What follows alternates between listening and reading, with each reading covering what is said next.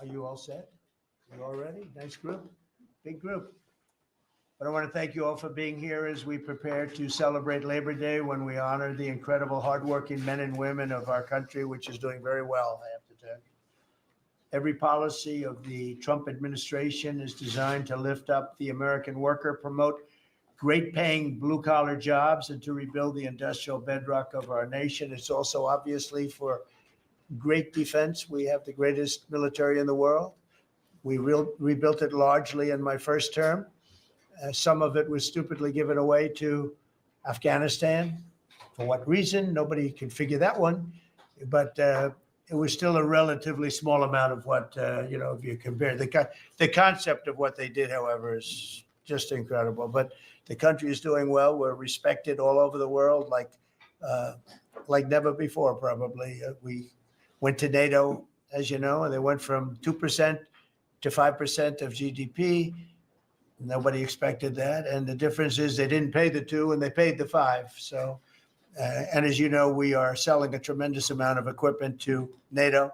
We're not spending any money. We're making money, but I don't want to talk about making. I want to talk about we're no longer involved with funding Ukraine, but we are involved with trying to stop the war and the killing in Ukraine. So we're selling missiles and military equipment, millions and millions, and ultimately billions of dollars to the NATO people, where I'm very friendly and we have a great relationship. But that was an amazing trip. So they're funding the entire war. We're not funding anything. I think it's an important point to make, because a lot of people don't understand that. And we will continue to do that. And we're trying to get as much as we can for them. They want the American product. The American military product is by far the best in the world, and that's what they want to get. They have lots of options, but that's what they want to get. So the factories are doubling up and tripling up, where they make the Patriots and other really, you could say, defense and offensive weapons.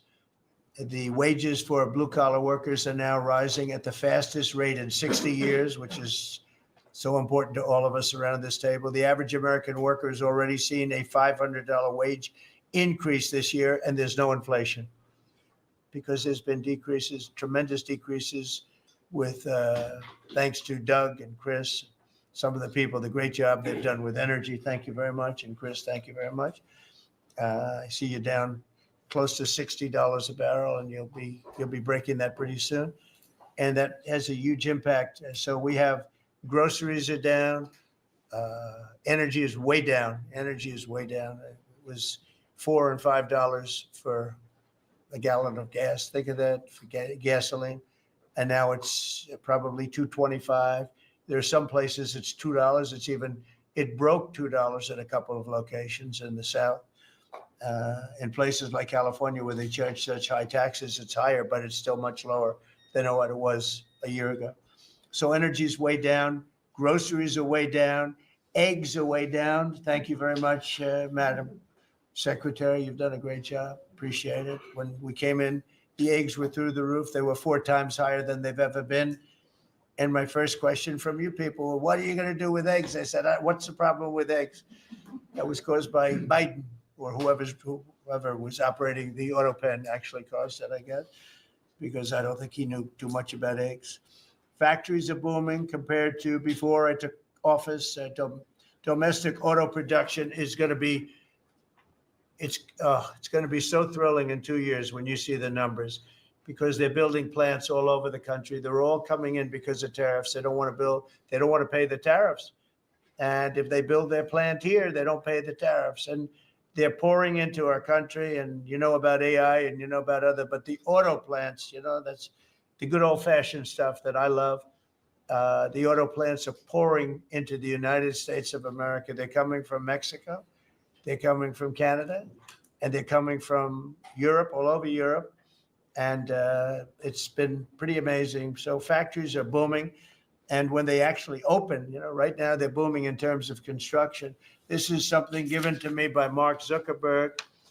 And you'll see this is AI now. I never understood. I said, well, because I built shopping centers, and for $50 million, you can build a very nice shopping center.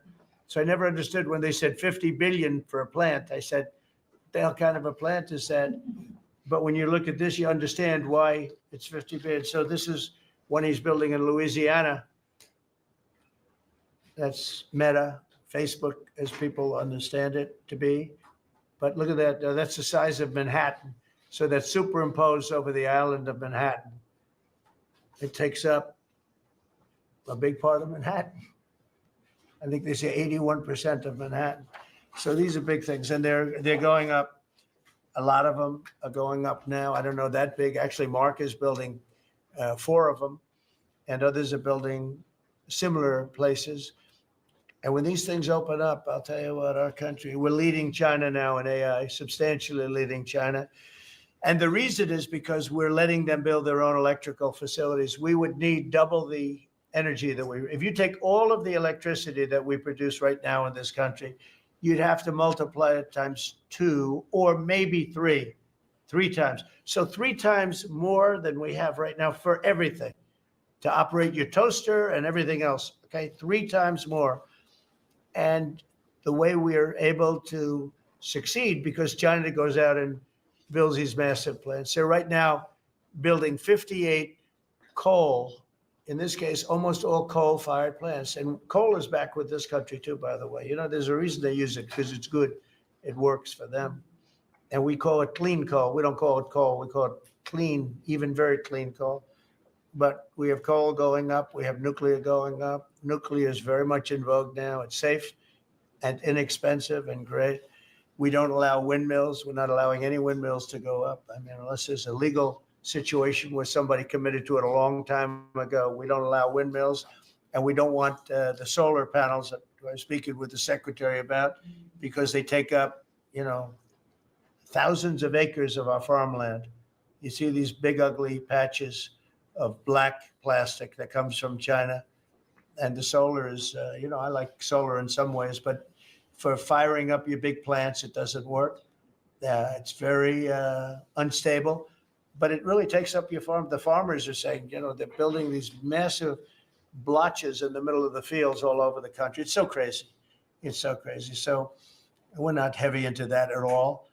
And windmills, we're just not going to allow them. They're ruining our country. They're ruining everyone. If you look at, I hate to mention countries, but you look at the UK, what's happened in the UK, they have energy costs have gone through the roof. It's because of wind. They want to do everything, close up the northern parts of the country. They have oil. It's tremendous. And they closed it up, and I tell them, you're my friends, but man, you're going to have a bad awakening very soon. It's going to be very bad.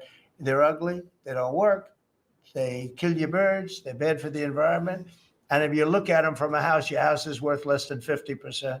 So I'm trying to have people learn about wind real fast. And I think I've done a good job, but not good enough, because some countries are still trying, and they're destroying themselves. Those are countries that are really destroying themselves. I hope they get back to fossil fuel, because right now, Chris, whether we like it or not, fossil fuel is the thing that works. And then you can add nuclear with it and other things, but fossil fuel is what works if we're going to fire up those big monster factories. But if you look at comparing everything before I took office, domestic auto production is up 18,000 cars a month. And we haven't even started yet, because a lot of these plants aren't built. It's up 18,000 because Ford, General Motors, and a couple of others, Stellantis, they're taking their existing plants, and they're, as quickly as they can, they're adding on to them. So when their plants open, because they're building big, modern, beautiful auto plants. But think of that. We're up 18,000 cars a month, and essentially all they've done is try and utilize their space correctly as their big plants open up. It's going to be, I hope they remember that it was this way. I hope this table gets a lot of the credit for what's happening. It gets all of the credit, because this would have never happened. We were going out of business in every way. We were losing. All the car plants were leaving this country. Now they're all coming back in, and they are coming from Canada, and they are coming from Mexico, but they're coming from Germany. They're coming from all over the world. Domestic steel production is up by 100,000 tons of steel a week. We have a 50% tariff on steel, aluminum. and various other things. Copper just got brought into the picture, and that means people are going to want to make steel here. We just made a deal with U.S. Steel. As you know, we have an outside company come in, spend $17 billion on building new plants, new everything. It's great, and it stays right here in America. So we're doing amazingly well on steel, and domestic oil production is up by more than 300,000 barrels a day. That's a lot of barrels, and you're going to be talking about that in a second, I think, Chris and Doug. These two people have done a fantastic job, and we have the oil price down to about $62 a barrel. So just so you understand, because a lot of you like to talk about costs and prices, but I watch so much fake information. Product costs are down. Energy is way down. Energy brings things down. You know, with energy, that's what happened with Biden. He stopped our program, and then he went back to it when he realized that it looked like you're going to be paying numbers that nobody's ever seen, like $7 a gallon. You're going to pay $7 a gallon. They were up to $7.50. So then he immediately went back to the Trump plan that they terminated, but it was too late for them. It was too late. They blew it. They had a great thing going. I gave them something great, and they blew it. Since the inauguration, we've created over 500,000 new private jobs. And if you notice, when the numbers come out, government jobs are going down and private jobs are coming up. And that's what really fuels the country. It's easy to hire people and pay them for doing something that maybe is not very productive. But government jobs are down, actually substantially down, and private jobs are way up. And these are the jobs that make money, create a better life. Meanwhile, we've reduced the number of federal bureaucrats by 84,000. So we got rid of 84,000. And I think the job numbers, you're going to see the new job numbers are going to be through the roof because of all of the different businesses that are moving into our country. And not just production businesses, autos and AI, but any business you can think of. In the world of furniture, as an example, North Carolina, I went there many times when I built a lot of hotels and things, and I'd go to North Carolina, I'd buy the greatest, they were the greatest, most talented people. And then China came along and took all of those jobs away. If they would have tariffed them, China wouldn't have taken any of the jobs. But we had presidents that, honestly, and I like some of them, but they didn't know what the hell they were doing from a business standpoint, from running the country. And North Carolina, the most talented woodworkers that you've ever seen. I'd be there and I'd watch them. I'd say, I'd like to have a rail in that chair. Maybe can you fancy it up a little bit? How about this, sir? And it'd hand me a thing. It was like they were artists. They were unbelievable. And that business was stolen from us by others, not only China, but by others. All of a sudden, you're ordering your furniture from China. It was not even close to being as good, but they couldn't compete with it. If we would have said it costs 100% or 200% tariff, you wouldn't have lost one job. It's so sad. But we're going to rebuild North Carolina furniture and other places, South Carolina too, to a lesser extent. They make furniture, but furniture, we're going to put a very substantial tariff on. We've already announced it. It'll be done pretty quickly. And when that happens, everyone's going to start. I just tell you, North Carolina, go out and start getting the grandchildren and the children, start teaching them, because some of those incredible artists that I knew as young people, they're older people now, but they still have the talent and they have time left, but they're going to be teaching their sons and their daughters and their grandchildren. And it's going to be a beautiful thing to see. It's going to happen like magic. It's going to happen without question. It's not like, gee, I hope it happens. It's going to happen. The results of Ford that just announced it's going to create 4,000 new jobs, American jobs. Hyundai, 14,000 jobs. General Motors is moving production of the Chevy Blazer and Equinox from Mexico back to the United States where it belongs. Don't forget, we lost 55% of our auto production over the last 35 years. 55%. We were the auto capital of the world. Like there was nobody even think about challenging us. We lost 55% of it to Mexico, Canada, China, a lot to China, and other countries.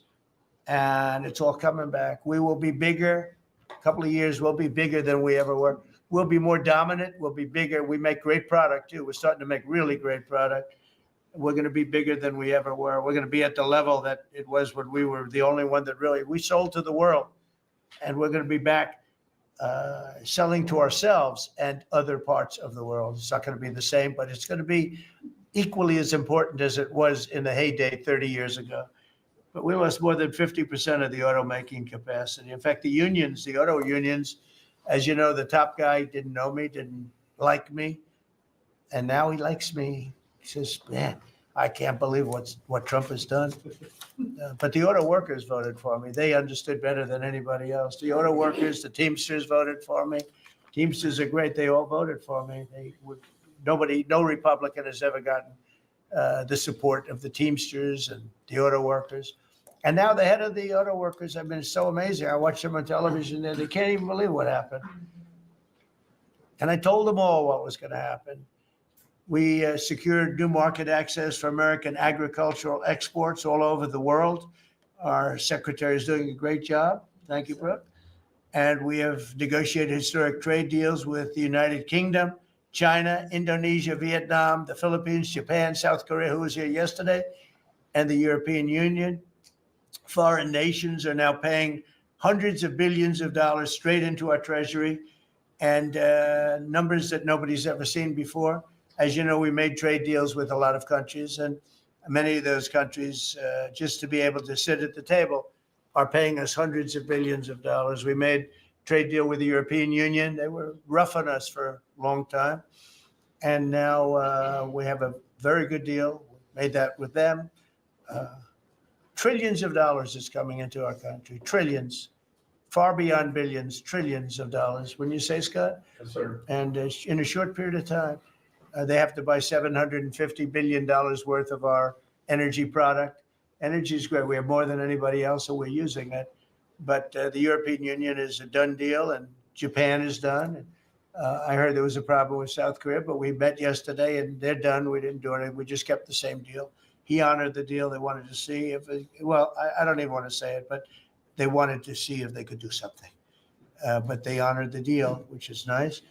And we cut the previous record-setting trade deficit, I hear just came out. We cut it in half already. We haven't even said, we've only been here really for a few months because, you know, it takes you a little while to fix up the Oval Office and do those things, prepare for the battle, right? So we really only been here for a very short period of time, and we cut the trade deficit in half. Is that right? That's a fantastic. I didn't even think we were going to do that. And remember, these are things that are being built. These things are, you know, all these numbers up here, they're not open yet. When they open, you're going to see things happen in the United States that nobody's ever seen before, including our country in its heyday. And I had the greatest economy in the history of our country my first 4 years, despite COVID, which was a very unfortunate situation for the whole world. We did a great job with it, never got the credit for the job we did. Operation Warp Speed, people say, is one of the greatest achievements ever in politics or in the military, because it was almost a military procedure. But everybody, including Putin, said that Operation Warp Speed, what you did with that, nobody can believe it. And we did a great job, but it was a horrible pall over our country. We had a very dark cloud over the world. That was a very, very bad thing that came out of Wuhan, which I said it came out of Wuhan. That's where it came from. And China suffered greatly, but everybody did. But we did a good job with that, as good as you can possibly do. And we came back, and now we're stronger than ever before. If I didn't win this election, this country was gone. I'm telling you, economically, it was gone. None of the things that we're talking about would have happened. The whole world was robbing us blind, friend and foe. They were stealing our jobs, our money, our factories. They were stealing everything. We would have been a shell. We would have been a bankrupt, broken shell. And that's the way it is. But we're doing just the opposite, stronger than we've ever been. Last month, in a landmark achievement, I also proudly signed the largest working class tax cuts in American history. So the bill that I'm not going to use the term great, big, beautiful. That was good for getting it approved, but it's not good for explaining to people what it's all about. It's a massive tax cut for the middle class. It's a massive tax cut for jobs. And it's, I mean, think of it, no tax on tips, no tax on Social Security. So seniors, I don't know how you can vote for anybody else. And, just think of that, and no tax on overtime. So you work overtime, you don't have to pay tax on overtime. That's good. The Democrats don't know what they're going to do. So they have like this soundbite. They have all these sound bites. They send it out. I don't know. Some guy sends out a word and everybody uses it, including the fake news. Some of you are here right now. I'm looking at you. And it's death. They use the word death. No, it's actually life. It's almost like a newborn life. It's not death. That's their soundbite. The bill is death.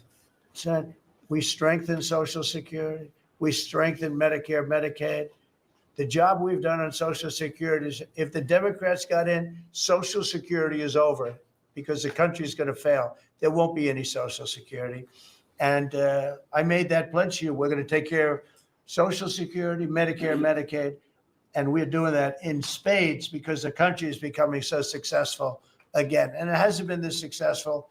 I think in the end, it will never have been this successful. I don't think it'll even be close with what's happening. Every American is seeing a tax cut as a result of the bill. The average police officer will keep an extra $1,000 a year at least in overtime, and the average waiter or waitress will keep nearly $2,000 extra in the fact that they would have had to pay that kind of money on tips. And I never realized that the government was so strong on that. But waitresses, waiters would tell me that the government would go after them.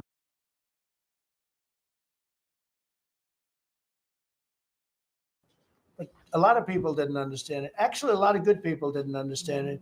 But now they're saying, Trump was right. They've never seen anything like this. And I don't know what it is, Scott. They didn't understand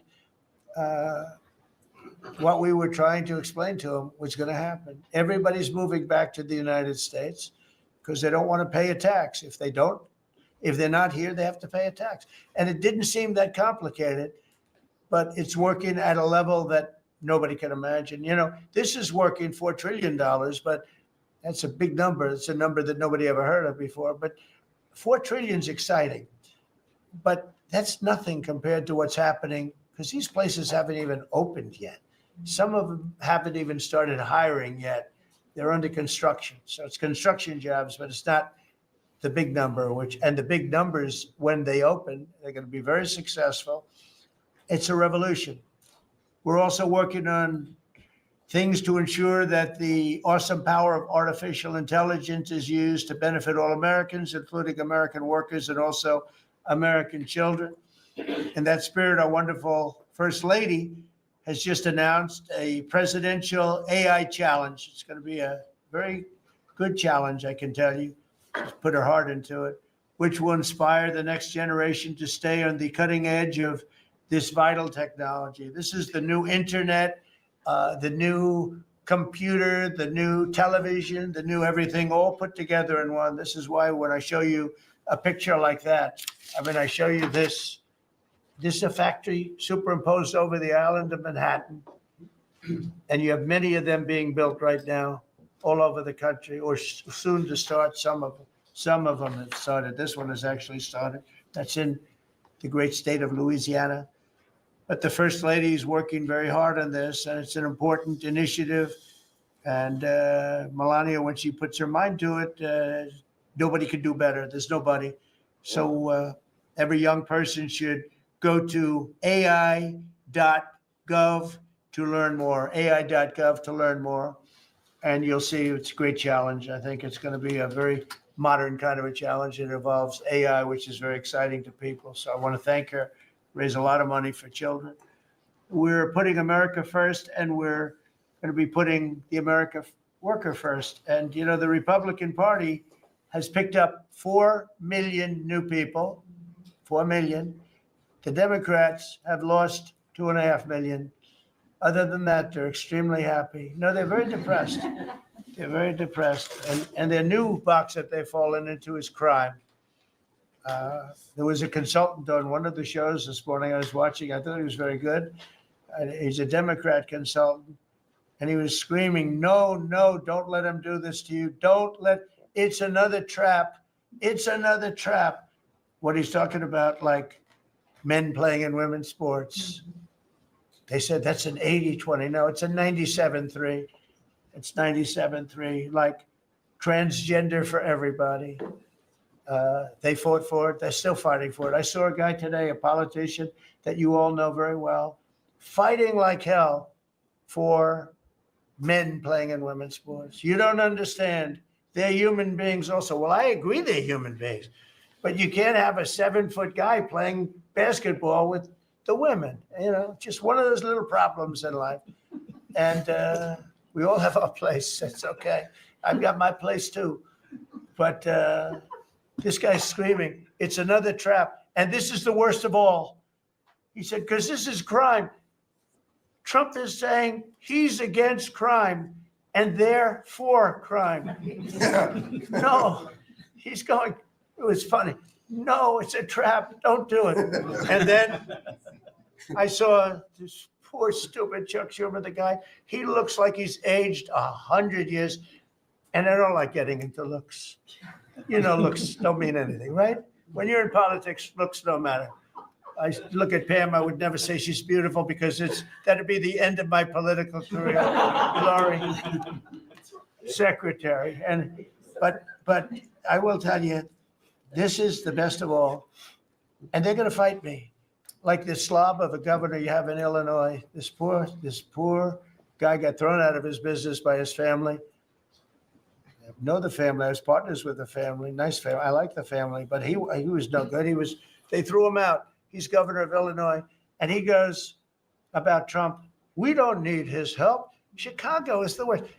These places are really bad. Crime in D.C. was the worst it ever was. You know, they make up stories. Crime in D.C. was the worst ever in history. And now, over the last 13 days, we've worked so hard. We've taken so many, there are many left, but we've taken so many criminals, over 1,000. I watched a man from Maryland who said to me, I mean, sir, you're the greatest president. You're doing an unbelievable job. What a great job. Governor Moore, has anyone heard of him? Mm-hmm. He's another hopeful for president. I don't think so. But I met him, and I didn't realize it was on camera. Did you see they caught him on camera? I was at a game, I don't know, like the Army-Navy game or something. And I met him in a hallway. And as usual, you do your job very well. One of these great cameramen had it on tape. But I met this gentleman. I never met him before. Sir, you're doing a great job. You're doing an unbelievable job. Thank you very much. But then he goes on television and says, oh, Trump is a dictator. He's a dictator. And a lot of people have heard. So the line is that I'm a dictator, but I stop crime. So a lot of people say, you know, if that's the case, I'd rather have a dictator. But I'm not a dictator. I just know how to stop crime. And you would think that Illinois would have such a problem with crime, such a bad governor. He should be calling me and he should be saying, could you send over the troops, please? It's out of control. It's out of control. In New York, it's out of control. Not as bad as Illinois, by the way. Not even close. In California, you would have not had the Olympics had I not sent in the troops, sent in the National Guard. They did a fantastic job. We have the Olympics. We have the World Cup coming. I got them in my first term, and I was really sad because I said, oh, boy, I got them, and I won't be president. And little things happen. Thank you, God. Thank you. Little things happen. Think of it.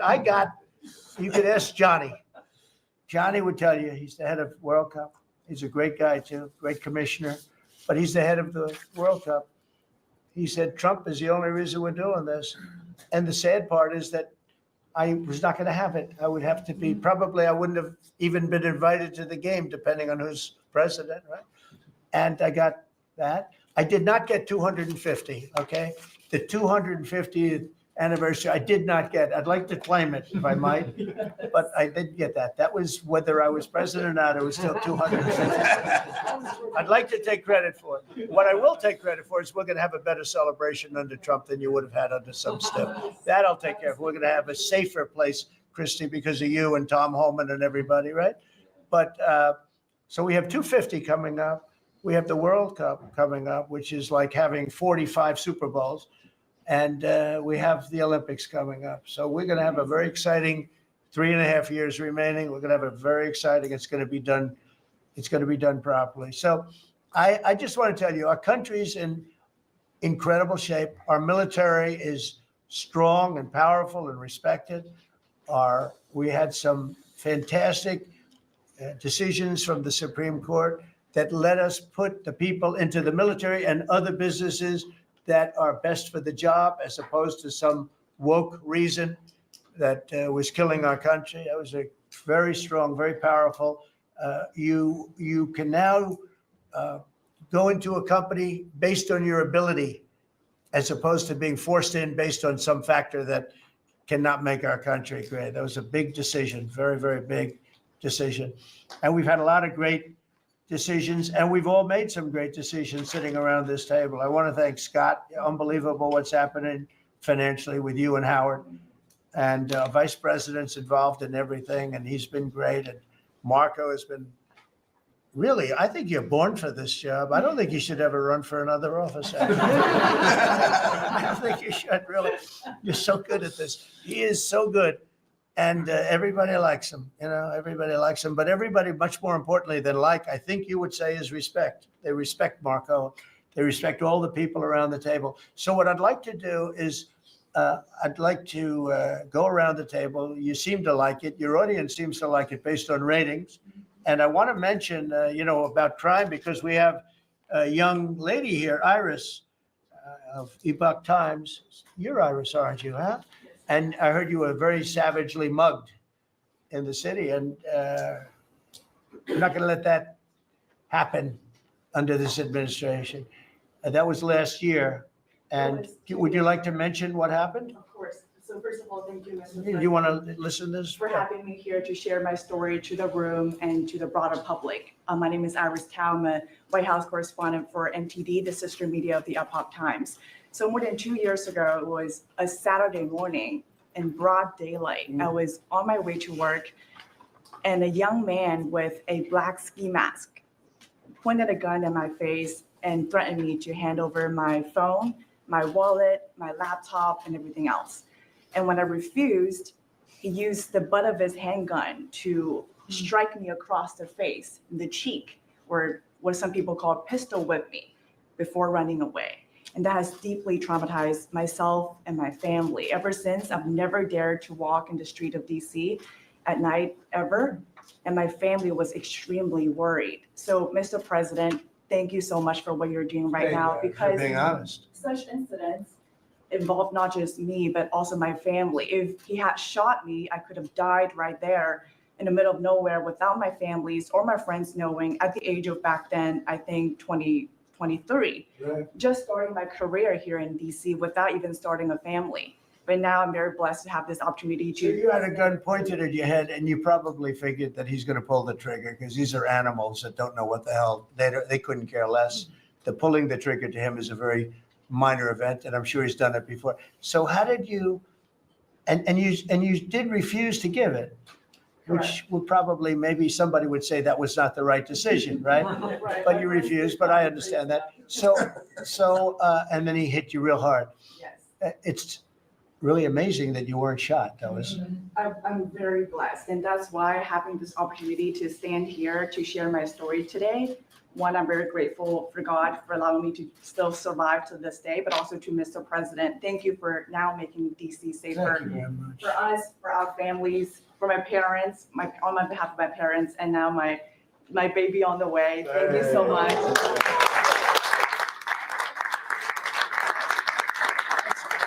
And there are other reporters and journalists, good people, and you don't have to say it, but that have also been attacked violently, and not violently too, pretty badly. But and I bet you see a big difference in the streets right now. And this is only 12 days, but people are telling me they're going out to dinner now. They haven't, I told sir, my friend, but I have a lot of friends that are going out to dinner all the time now in DC, and they weren't doing it 12 days ago. They would never even think. One of my friends went out 5 times. It was 4 times the last time I told. Now it's 5 times. He said, I love going out to dinner, and restaurants are starting to open again. A lot of them closed because, nobody wanted to go into a restaurant. Nobody wanted to get to a restaurant or even sit in the restaurant.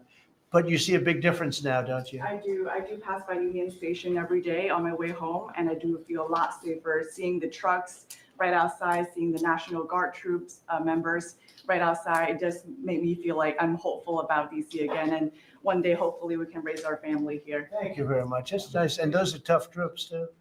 Those are not politically correct troops. We don't have politically correct anymore. We have tough guys, tough people, including some tough women. But we have tough people. And when you look at them, I'll tell you, they showed one scene where a bunch of Nicaragua guys or whatever, maybe MS-13, maybe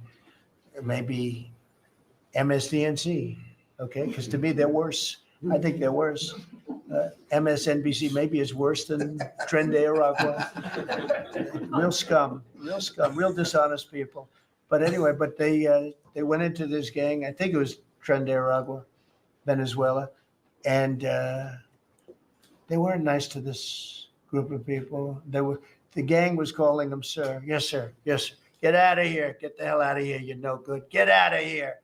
And yes, sir. Yes, sir. Yes. These are people that beat up people all day long. And they're calling these soldiers. That's what they are. They're real soldiers. There's no games. I said, you don't have to be politically correct. And you know the way they used to spit in the face of the soldiers, with the soldiers standing like this, and you'd have some guy or some woman sometimes screaming at them from 1 inch away. They're standing there and they're told you cannot do anything. And they start spitting, actually spitting in their face. And I said, you spit, we hit. And they're totally authorized to do that, all of those things. But your story is great. And there are other stories here, but they don't have to tell them. But some people are ashamed to tell them. They don't want to tell them. But it was like a jungle. And it's not a jungle anymore. And it's going to get so good that this will be the safest capital there is. It'll be one of the safest places in our nation, anywhere. And right now, it's one of the most unsafe places, but not now. 12 days ago, it was the most unsafe place in our nation. And they have to stop issuing false crime numbers because I heard the mayor, and I like the mayor, fine. I don't care if I like her or not. If she did her job, I wish she were a horrible person who did her job. But she's probably nice, I guess. I don't care. I want her to do a job. But they issue false numbers. She said crime is down, before we got, now they can say crime is down. Crime is very much down. But what they did is they issue numbers. It's the best in 30 years. Not the best. It's the worst. It's the worst. It's much worse. And they gave phony numbers. And then they fired the man who didn't want to write the phony numbers. He got fired. And I guess that whole situation is under investigation because it's a very important thing, Pam. If they're going to give these phony numbers, it's a false feeling that you get crime. You have to do something about it. You can't go around saying, oh, Washington, D.C. safe if it's not. It's going to be very safe very soon. It's very safe right now. You're going to go out, have dinner. People are going out all over the place. They're walking. I have people that work in government, strong, tough cookies. They can take care of themselves. But it doesn't help to have big, strong muscles. And I work out. If a guy's over there with a gun shooting you in your face, you can be the strongest guy in the world. Guy has a gun, shoots you in the face. It doesn't matter how much you've worked out, how many weights you've lifted, how hard you work. And so we have the toughest guys and we have the best guys. And I'm willing to go to Chicago, which is a big trouble, but we have a governor that refuses to admit he has problems, huge problems. Baltimore, Wes Moore was telling me I want to walk with the president. Well, I said, I want to walk with you too someday. But first you got to clean up your crime, because I'm not walking in Baltimore right now. Baltimore is a hellhole. And this guy, I don't even think he knows it. He's another candidate for president. Between him and Newsom, you got some real beauties, I'll tell you. But if we didn't go into Los Angeles, you wouldn't have the Olympics, in my opinion. You wouldn't have the Olympics. We went in, and the sheriff, the boss, said, thank God they're here. You could see his tape. He said, we were not able to control what was happening. That was the sheriff. And he said it loud and clear. And, they're suing us for going in and cleaning up crime. And yet their own sheriff said on the first or second night, he said, we could have never handled. That was going to be, you were not going to have the Olympics or the World Cup, because that would be, there wouldn't be anything left. They shouldn't have lost 25,000 houses. The water was turned off from the Pacific Northwest. And I was after them in my first administration, turn on the water, turn it on. Nobody could have believed this could have happened. But they had no water in the fire hydrants. They had no water in the sprinkler systems that people put up in their ceilings. There was no water. And yet we have tremendous amounts of water. They send it all into the Pacific Ocean, trying to protect a certain little fish. It's not doing well, because it doesn't do well without water either. And it shouldn't be protected, because it shouldn't be a protected species. But I think that's actually just an excuse. I actually think these people are sick. There's something wrong. So we send hundreds of millions of gallons of water a day into the Pacific Ocean. They turn a valve, and the valve heads out, and we turn the valve back. I actually had to do it using force. We turned the valve back, and now they have water, but not as much as they should have, because they should. And I'm telling Gavin Newsom by this conversation right now, turn the rest of the water on, turn it on. So things are done that are so sad in this country. Lack of common sense. I like to say the Republican Party is the party with common sense. We're smart, we're sharp, we're this and that. They're smart, but they're radical left people. And they can't help it. They're very smart, but they're radical left, and they're destroying our country. But they're not going to destroy it anymore. So we picked up millions of people in the Republican Party. They lost millions of people. And I think we're going to do very well in the midterms. And I just want to say one other thing, and that's medicine. The cost of medicine all over the world is much cheaper than the United States, because for years the world pushed us around, including our friends. And you go to Germany, you go to England, you go to different places, and you go to a store, and it's sometimes 10% of what we pay in the United States, because they said, nope, we're not paying any more. You charge the United States. This went on for 25, 30 years. And I invoked favored nations. I said, I want to pay the same as they're paying. And Bobby Kennedy is doing a good job, and Dr. Oz is doing a good job. And I asked them, other than the basics that they're doing on autism and other things, which we got to solve that problem, because it's crazy what's happening. It's out of hand. But this is the most important thing that can be done, is favored nations, Bobby. And we're not talking about a 25% cut or 50. We're talking about a 1,500% cut, because people go to Europe to buy drugs, and they come back with drugs, prescription drugs, normal, I don't mean the bad drugs. I mean prescription drugs, because you can buy them for 10%, 15%, 20% of what. So they're going to go up in price. And I told the countries, and I get along good with all of them. I mean, you could ask anybody, I get along good with all of them. But I said, I told them, I said, you're going to go up a little bit, because it's the world. It's the world. So more people in the world than we have. We're going to go down a lot, and they're going to go up a little. And it's called equalization. We're going to have equalization. So we pay the same price as the lowest drug sold anywhere in the world. And I think, Bobby, that's going to happen pretty soon. The companies are ready for it. They had to go for years. I was with a very great gentleman from Eli Lilly. I think he's an incredible executive. I'll mention the company, and I'll mention him, because we had this argument my first term, and then we had it in my second term. And my second term, I wouldn't stop until I won the point. And he threw up his hands. He says, you're right. I can no longer defend it. I can no longer defend that a pill that's made by Johnson & Johnson in a factory, in the same factory in the United States versus a place in Europe or other places, including Canada, by the way, you could buy it for 10% or 15% or 20%, the cost of what we're paying, where we'd pay 5, 6, 7 times more money.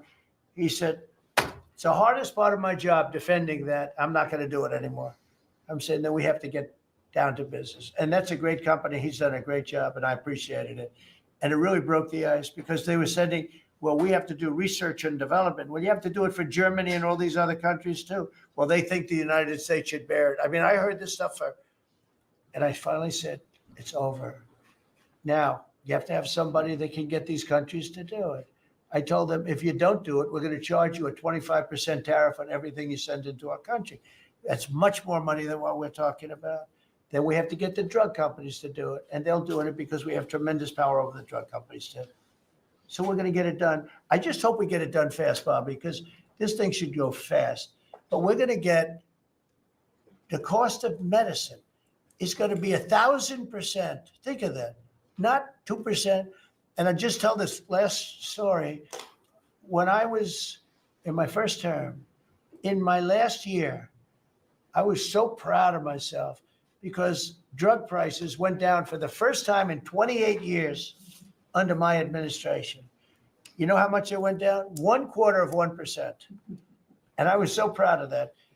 And I held a news conference. I think you'll be able to find it, congratulating myself and my administration because for the first time in 28 years, drug prices went down 1/4%. That is tiny, but it still went down. And I thought it was great. And then I realized, it's a very complicated business and formula. You got to be very smart. I said, we're really getting ripped off by the whole world. The whole world is ripping us off. And what happened is I got on this kick and I got the drug companies to agree. And I got countries to agree. And they're not agreeing because they think I'm a nice person. They're agreeing because I will put charges and costs and tariffs onto them that will be many times more than what they're going to be paying.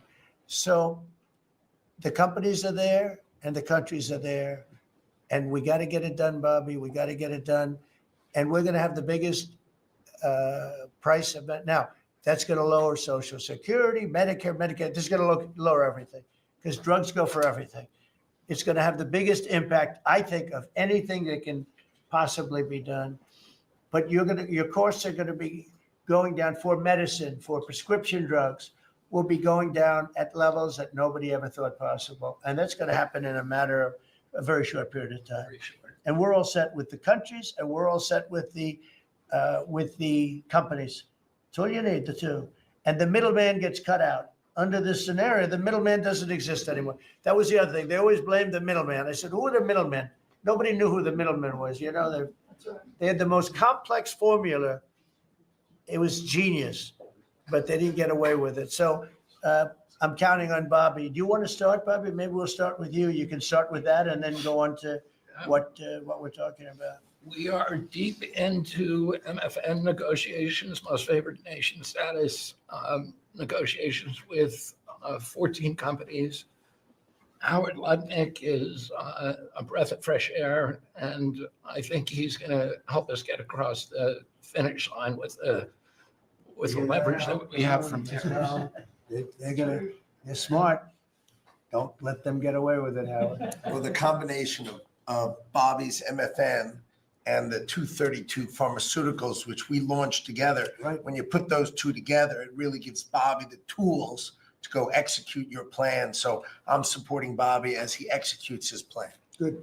Right? Yes. And this cabinet meeting is supposed to be about working Americans and bringing jobs back to this country, and particularly rural America. And I want to mention the big, beautiful bill. Right now, we spend 7% of Medicaid dollars on rural hospitals. So they're getting the short end of the stick. It's about $19 billion a year. under the Rural Transformation Program, we give them an extra $10 billion a year. So we're raising an infusion of cash to rural hospitals and rural communities by 50%. It's going to be the biggest infusion in history, and it's going to restore and revitalize these communities. And we can't survive as a nation if we don't honor our rural communities, which are the source of our values, our virtues, our character, our economy, our food. And you are bringing that back. You are bringing those communities back. I wanted to talk, because you mentioned the wind farms, we now have an interdepartmental coalition, a team, which is Doug Burgum and Howard Lutnick and Chris Wright and Pete Hegseth. We're all working on this issue. And Lee, we're all working together on this issue. We're meeting together. There are right now 11 wind farms planned that were launched during the Biden administration. Between Maine and Virginia, it's 1,130 towers. These towers are twice the size of the Washington Monument. The blades on them are They're massive. It's so crazy. The Go ahead. blades are 350 feet long, one blade. One of these blades blew up on Nantucket last summer, and the water was filled with shards of glass, of sharp glass, so it was dangerous to swim. They had to close the beaches, but they have indemnified themselves so the local communities can't sue them. None of these projects are bonded. If you build an oil derrick in the Gulf, you got to put a bond down. There's no bond for dismantling them, and that's one of the tools that Doug is now using to challenge some of these projects. None of the cost of energy from these projects is 39 cents a kilowatt hour. The average cost in this country is 17 cents per kilowatt hour. And natural gas is 3 cents. Right. So it is the most expensive energy. I've been representing commercial fishermen for 40 years. They are so excited about what you're doing, Mr. President, because their fisheries are being wiped out. As soon as they begin construction, the groundfish fisheries just disappear. The fish leave the area. They've killed 160 whales in the last 2 years. So they're wiping out the whale population, the Atlantic whale population, the big whales, the minkies, the gray whale, or the humpback whales, the right whales. And you are going to save the whales on the East Coast because of this. And you're going to save these economies that are based upon commercial fishing. I'll say one other thing about fishing. We are now, the South Asian nations are now dumping shrimp on our country. The shrimp is heavily contaminated. We just stopped a shipment that was contaminated with cesium-157, which is radioactive. They're farming these shrimps, and they use bactericides and antibiotics and all kinds of chemicals, and the shrimp are so contaminated that the European nations won't take them, so they're dumping them all here, and they're putting out of business. We have the most sustainable, highly regulated fishery in the world. What our fishermen do is a good thing. And all of the trawlers in the Gulf and Alaska are being shut down because we're getting shrimp dumped here. So we have now increased FDA inspections of shrimp to make sure that Americans are not buying and eating contaminated shrimp and putting our shrimpers out of business. I talked just very briefly, we have an historic agreement on pre-authorization. We brought together 80% of the insurance industry, which has agreed to, for 80% of diseases and injuries, to give immediate pre-authorization so that when you go to your doctor's office and he prescribes you a new knee or whatever it is, you will immediately know whether your insurance company is going to pay for it. This is an historic agreement. People have been trying to do it for decades, and we, because of your leadership, brought the insurance industry together and got them to voluntarily agree to do this. Similarly, we made another historic agreement with personal health records.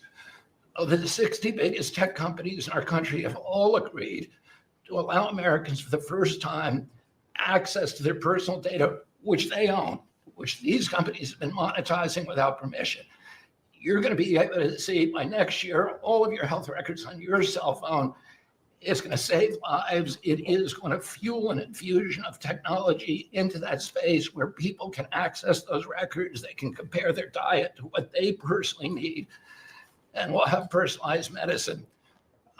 We are doing price transparency. You passed this during your first term, and then the Biden administration refused to enforce it. We've now brought in HHS under your leadership and my leadership, more enforcement actions than during the entire 4 years of the Biden administration.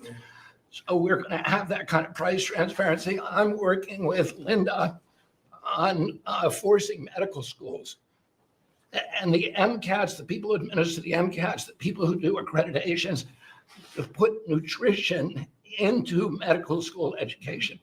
Right now, 25% of the doctors in this country do not feel competent to give nutritional advice. 70% of diabetes cases can be reversed or ended if you just change people's diets, and the doctors don't know how to advise it. They only know how to prescribe the drugs.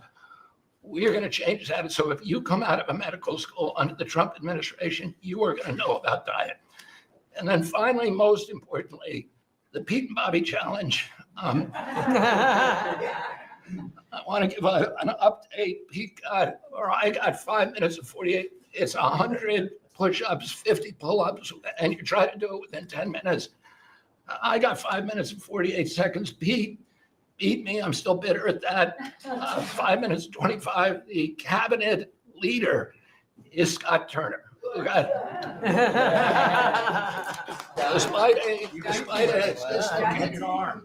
That's You good. got 5 minutes and 15 seconds. I'm waiting for reports from the rest of the cabinet.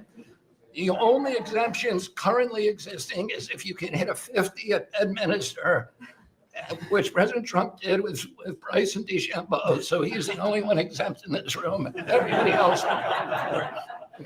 That's great, Bobby. Bobby, autism, if I could just, I don't want to go too long because we have a lot of people, but the autism is such a tremendous horror show, what's happening in our country and some other countries, but mostly our country. How are you doing on that? We are doing very well. We will have announcements as promised in September. We're finding certain interventions now that are clearly, almost certainly causing autism. And we're going to be able to address those in September. It's such a big day. I'm looking forward to that day because there's something wrong when you see the kind of numbers that you have today versus 20 years ago. And those numbers, what are those numbers, Bob?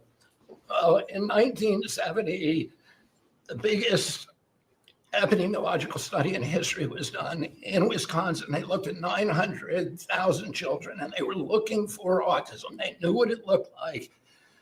And they were very, very precise about it. And they found an incident rate of 0.7, in other words, less than 1 per every 10,000 children. Today, our most recent numbers are 1 in every 31 kids. It's probably actually much worse than that because California, which has the best collection system, is reporting 1 out of every 19 children, American children, as autism, 1 in every 12.5 boys. So it's gone from less than 1 in 10,000 in 1970 to 1 in 12.5 boys. See those numbers. So there has to be something artificially causing this, meaning a drug or something. And I know you're looking very strongly at different things, and I hope you can come out with that as soon as possible. We will. So 1 in 10,000, and now it's 1 in 31 or 34 or 12 if it's a boy. Can you imagine that? 1 in 12. That's for a boy. 1 out of every 12.5 boys. It's not even believable that could be. And that was 1 in 10,000 not so long ago. I've been hearing these numbers and they get worse and worse every year. There's got to be something. I think there's nothing, including favored nations and everything else, there's nothing that can be, if you can find out the reason that that's happening. And I know we're gonna do some things. I think we maybe know the reason. And I look forward to that press conference, to be with you on that press conference. That's going to be a great thing. Thank you, Bob. You're doing a great job. Linda, how about it? And we want nothing less than $500 million from Harvard. Don't negotiate, Linda. They've been very bad. Don't negotiate. Go ahead. All of that's working well. Mr. President, thank you very much. Since we are focusing today on Labor Day, and I know that Kelly and Lori are both going to echo some of the things that I'll say as well. we are really focusing, on our workforce. But what I'm finding with great joy around the country is that states really are being innovative and working more with middle schools and with high schools to make sure that we are having hands-on learning. There are pathways to jobs that are happening now. And if we see more and more of our community colleges working with our middle schools and our high schools so that high school students are graduating not only with a diploma, but a certificate that they have worked with, perhaps with a Toyota or another company that is coming in, public-private partnerships. And they're learning on the job so that when they graduate from high school, they're ready to go into the workforce, because we know with all of these wonderful jobs that are coming back into the country through AI, through just our normal jobs, that we need electricians, HVAC operators, et cetera. If we don't have this training, we're not going to have the workforce we need for all these wonderful jobs. So governors are really excited about this prospect. I've been now to several states and visited community colleges and tech schools with governors, and they're just all on board for getting this done. I think it's one of the best things that we're hearing relative to the job market. So we're just kind of focusing on that for today. So we're bringing education back to the states, to put it in a more simple fashion. We're going to let the states educate our children again. And, we're rated out of 40 countries with 38, 39, or 40. So obviously, it's not working what they've been doing for the last 30, 40 years. And if you go back, the best are like Norway, Denmark, Sweden, some of the other, Finland, they're very highly rated. If you go back to just take a look at anything you want to do, you just look at us in the past. If we gave Iowa or gave Indiana or gave, and I don't say every one of them, a guy like Gavin Newsom's not going to do well. Certain states won't do well. But even California, you cut it up into sections. You have Riverside, you have this, you have that. You cut it into 5 sections. And, if you had a good governor, you'd be able to do well. But certain states will be able to compete with Denmark, Norway, Sweden, and everyone. It'll be just as good. So I figure you have close to 40 of those states. Mm-hmm. And then you'll have 10, you'll have 5 that won't be very good. You have 5 disasters, and we'll have to work on those disasters. But for the most part, we will have education that will go zooming up in those charts, just like we have in everything else we've done. And I think it's one of the most important things we're doing at this table. So bringing education back to the states where you have the parents running it, where you have the school boards that are local. We have people running from Washington that have never even been to the state that they're in charge of. They've never even been there, and I don't think they care about it. So we want to close up the Washington buildings, sell the buildings off, let somebody else get rich with the real estate, because it'll be a crime-free city. By the way, speaking of that, anybody murders something in the Capitol, capital punishment, capital punishment. If somebody kills somebody in the Capitol, Washington, D.C., we're going to be seeking the death penalty. And that's a very strong preventative. And everybody that's heard it agrees with it. I don't know if we're ready for it in this country, but where you have it, it is, we have no choice. So in DC and Washington, states are going to have to make their own decision. But if somebody kills somebody, like you could have been killed, very lucky you didn't get killed, it's the death penalty. Okay? Fantastic job you're doing. Thank you, Linda. Very much appreciate. How are you doing with the colleges, by the way? You're doing some pretty good work in terms of getting them to treat people fairly. Well, interestingly enough, since we've been negotiating with some of the Ivy League schools, I have presidents of universities calling every single week. They want to sit down and talk to us about all of the steps that they are taking, because they would like to not come under the same investigative, program. And so it is having its desired effect. That's great. If I shot across the bound, the big guys, people kind of step in line and know you mean business, and we have teeth in these agreements. And I'm proud of the work that we're doing there. Well, they misbehaved, and some of these schools are getting billions and billions of dollars, and they misbehave. So that's it. And So one way or the other, we're going to win that whole thing. It's going to straighten them out. Okay, thank you. Great job. Lee, please. Mr. President, the Trump EPA has a special Labor Day message to America's workforce, especially our auto workers, our coal miners, our steam fitters, our pipe fitters, and the list goes on. See what a difference a year makes. A year ago, the way that the Environmental Protection Agency was operating, the choice was made to protect the environment. We would have to strangulate the economy. That's the way that the EPA operated for years. There is a binary choice. We had to choose one or the other. The Trump EPA completely rejects that. See, we choose to protect the environment and grow the economy. And a very special shout out to Russ Vogt and his team at the Office of Management and Budget. We give him a lot of work. He's happy to do it. Dozens of different deregulatory actions. We just announced a proposed rescission of the 2009 Obama EPA endangerment finding, all of the light, medium, and heavy duty vehicle regulations that followed. It is the single largest deregulatory action in the history of the United States government. And when you add up the dozens of different actions that we have announced and that we're working through in one agency in 1 year, we'll do more deregulation than entire federal governments have done across all agencies, across entire presidencies. And what we are accomplishing would not be possible if not for the support of the rest of this team you've assembled around this table. The well-oiled, well-wired machine at the White House, led by Susie Wiles, and the DCOSP, the policy shop, led by Stephen Miller, they have been amazing to work with. I was just in Iowa with Administrator Loeffler, who made an announcement with Secretary Rollins to reverse the deratement on diesel exhaust fluid systems. Mr. President, you said you wanted water flowing faster. Working with the Secretary of Energy, we've done our part to do that, to get gas cans flowing faster, to stop that annoying start-stop feature in vehicles.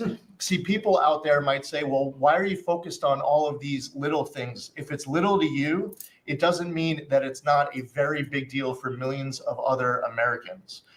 The charge was clear when you called me in November and you asked me to do this job. Clean air, land, and water for all Americans. Unleash energy dominance. Advance cooperative federalism, permitting reform, make America the AI capital of the world, bring back American auto jobs. What we are accomplishing now, again, wouldn't be possible if not for your leadership. I'm grateful to the American people for electing you and our amazing vice president. I was just in Mexico City announcing and signing on behalf of the Trump administration an agreement with Mexico for a permanent solution for the Tijuana River sewage crisis, which you have been so outspoken and passionate about in our conversations. It would not be possible if not for Secretary Rubio, Deputy Secretary Landau, U.S. Ambassador to Mexico Johnson. The team at the State Department has been incredible. The work with the NEDC on permitting, to be able to get new pipelines built, to get new factories started.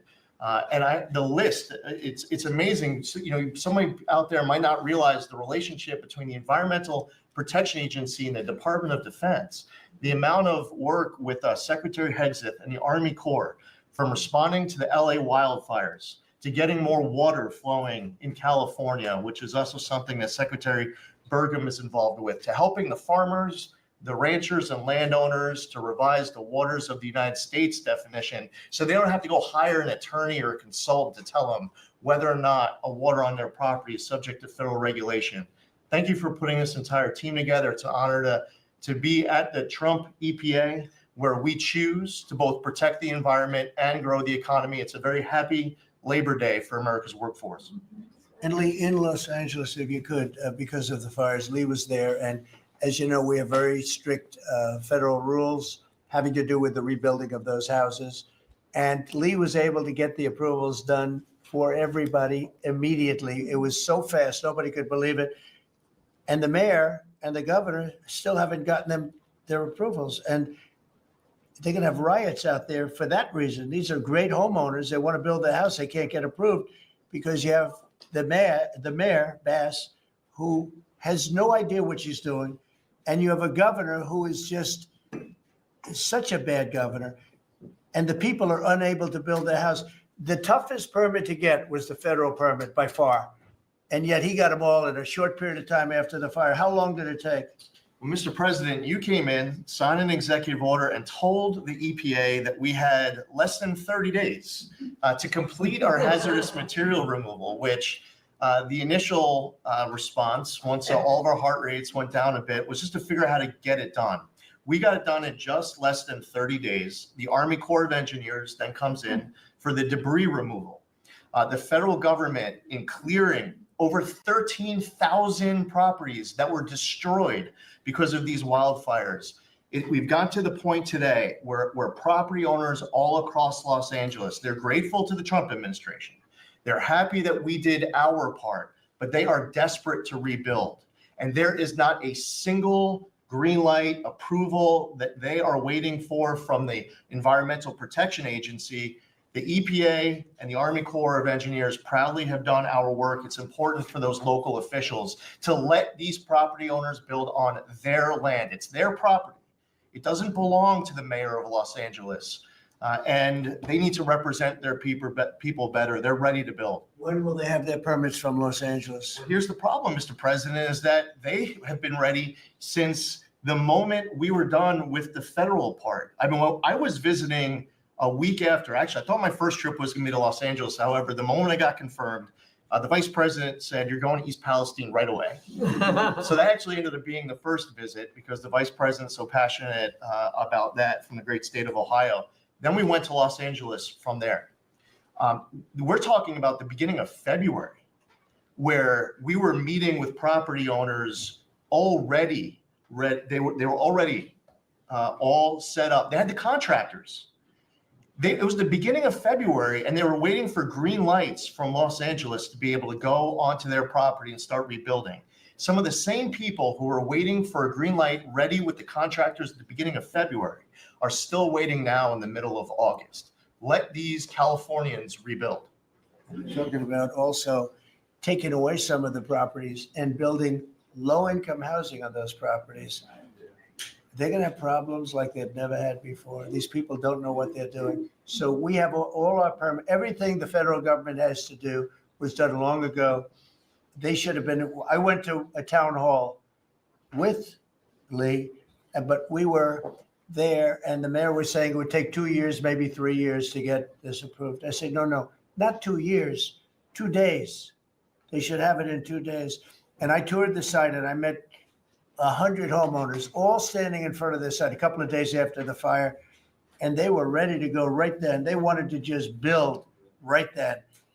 And the city won't let them do it. Los Angeles, I don't think it's that they won't. I think they're incompetent, okay, to be honest with you. I think they just don't know how to go about it. It is so badly run by Newsom and by Mayor Bass. Mayor Bass, she was in Africa during the fire. She knew the fire was starting to rage, and she decided to take a trip to Africa. These people are they're just bad.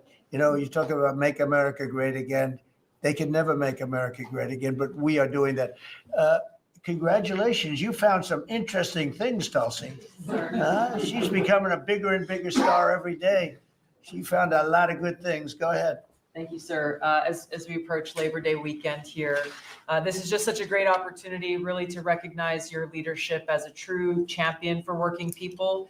And I know we'll hear as we go around the table here how your focus singularly on putting the well-being and interests of the American people first is that common thread that we're seeing in your policies being implemented across your administration.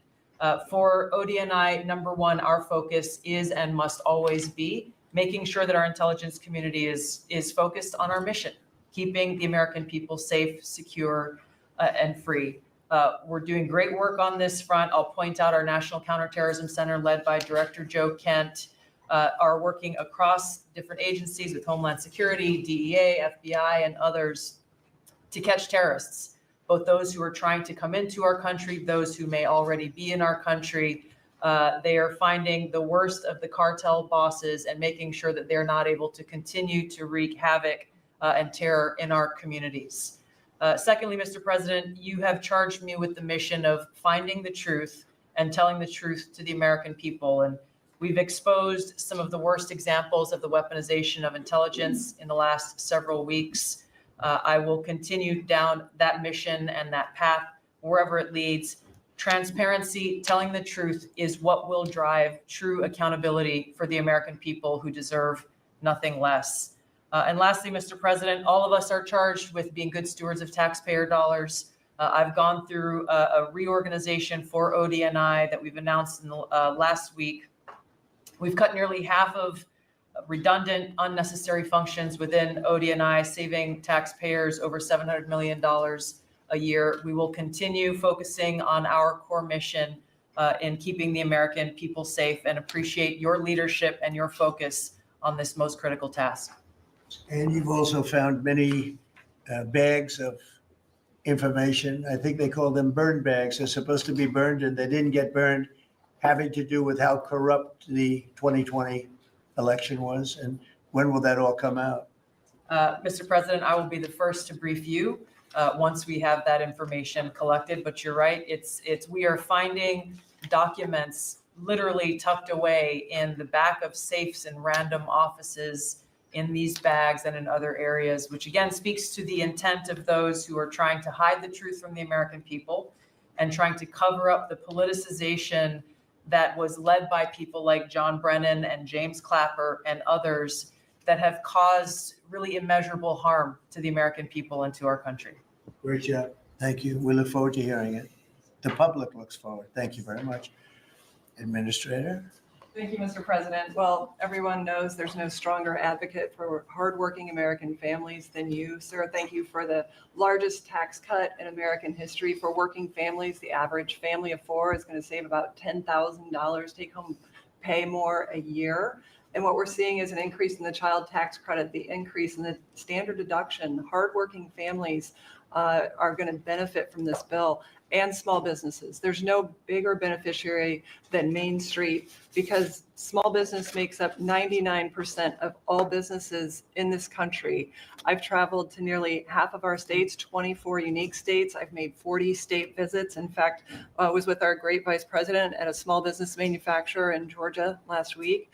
I was with a trucking company in Ohio. I was in Michigan at a motorcycle manufacturer. The return of Made in America is going to be driven by small businesses, because 98% of all of our manufacturers in America are small and medium businesses, 600,000 factories that employ 5 million people. And as Secretary McMahon mentioned, this work-based learning that is going on in professional and trade schools is real. I've visited them from Utah to Maine to Georgia and seen this revolution in education happening.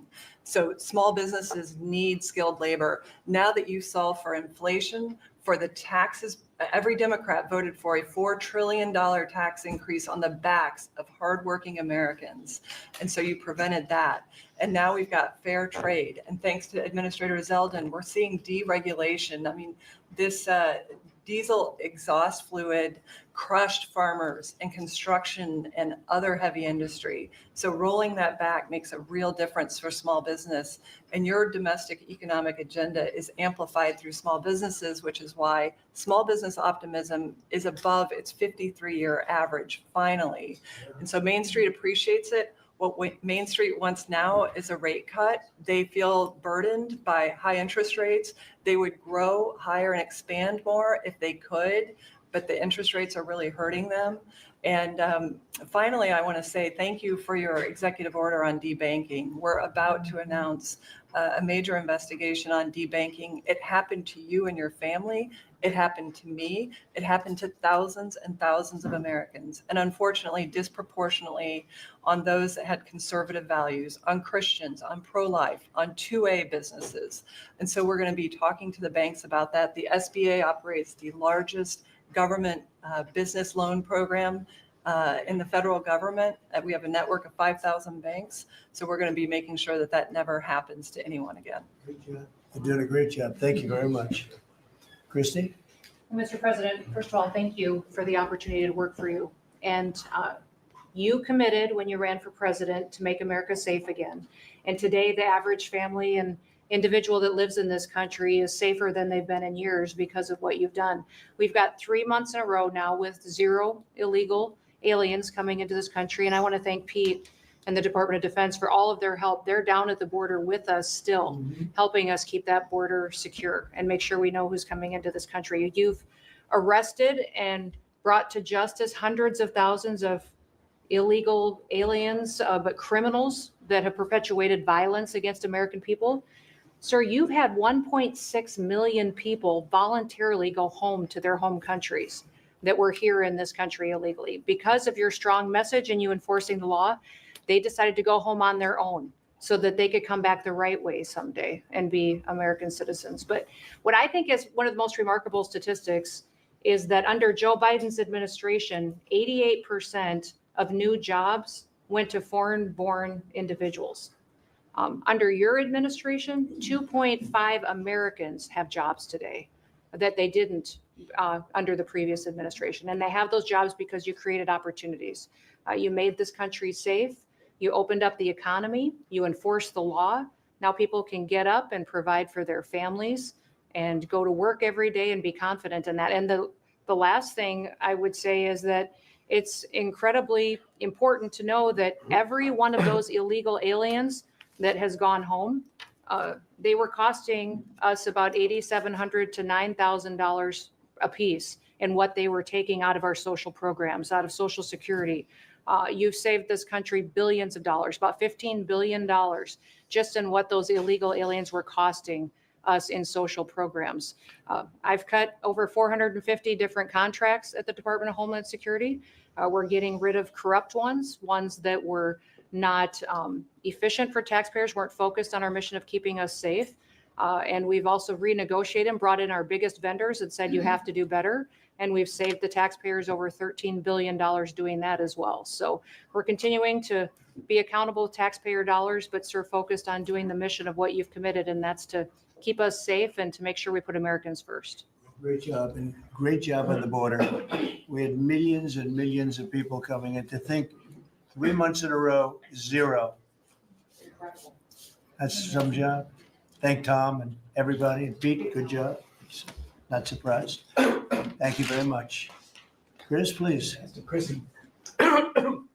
Sorry about that, Mr. President. Like Secretary Noem, I'm thrilled to be here to work with you on the simple platform you were elected on, which was to bring back the American dream, to bring jobs and opportunity for families across the country and to lower their costs so they can live their lives and expand the choices they have. You led off today talking about gasoline prices. I'll throw in diesel. If you correct for inflation, they're at multi-decade lows. This is a huge expense. This is a huge constraint on people's lives. We should celebrate that. Natural gas has become our main industrial fuel powering factories around the country. Natural gas prices are quite low in this country, and they're lower than in any country in the world. The reason for that is the United States produces 2 times more natural gas than the second largest natural gas producer in the world, and 4 times more natural gas than the number 3 and number 4 producers in the world. So you've opened up American opportunity and energy together with the work of Secretary Burgum, Administrator Zeldin, Secretary Lutnick, Secretary Rawlins. You know, we've made it easy to produce energy in America again, and those benefits are flowing. I could go on about this stuff forever, but let me talk about one specific area of energy, electricity. That's in the front of people's minds. When the day you were inaugurated, we get hold of all the data and we can look at the resource plans of utilities across the country.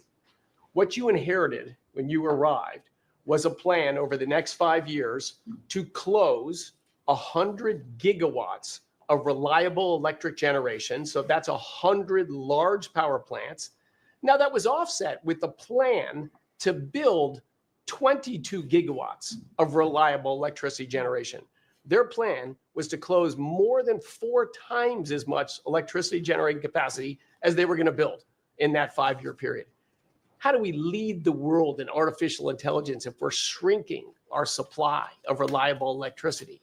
How do we reshore steel and aluminum and automobiles and semiconductors and all those jobs Americans want back in our country when we're degrading and shrinking our energy system?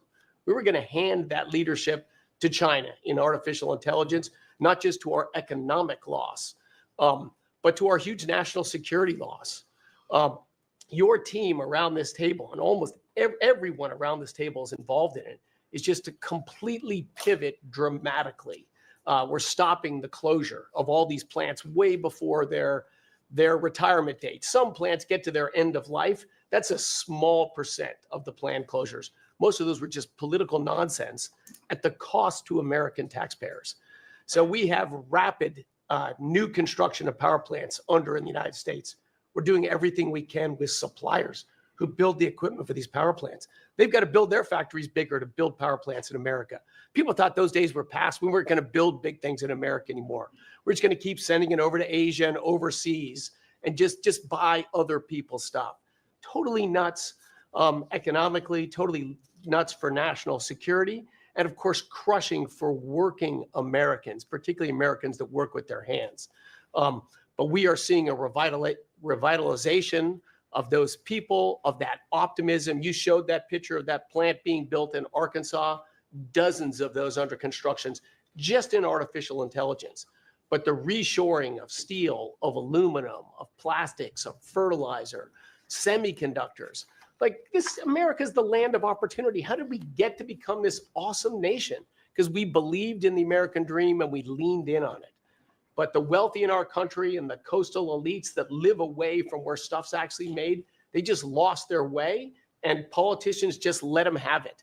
Your tireless campaign and your relentless messaging made people realize the American dream isn't dead. It's just been smothered, and we're unsmothering it and setting it loose. God bless your efforts. God bless your assembly of this team around this table. We're bringing the American dream back. Thank you, Chris. Great job you're doing. Appreciate it. Lori, please.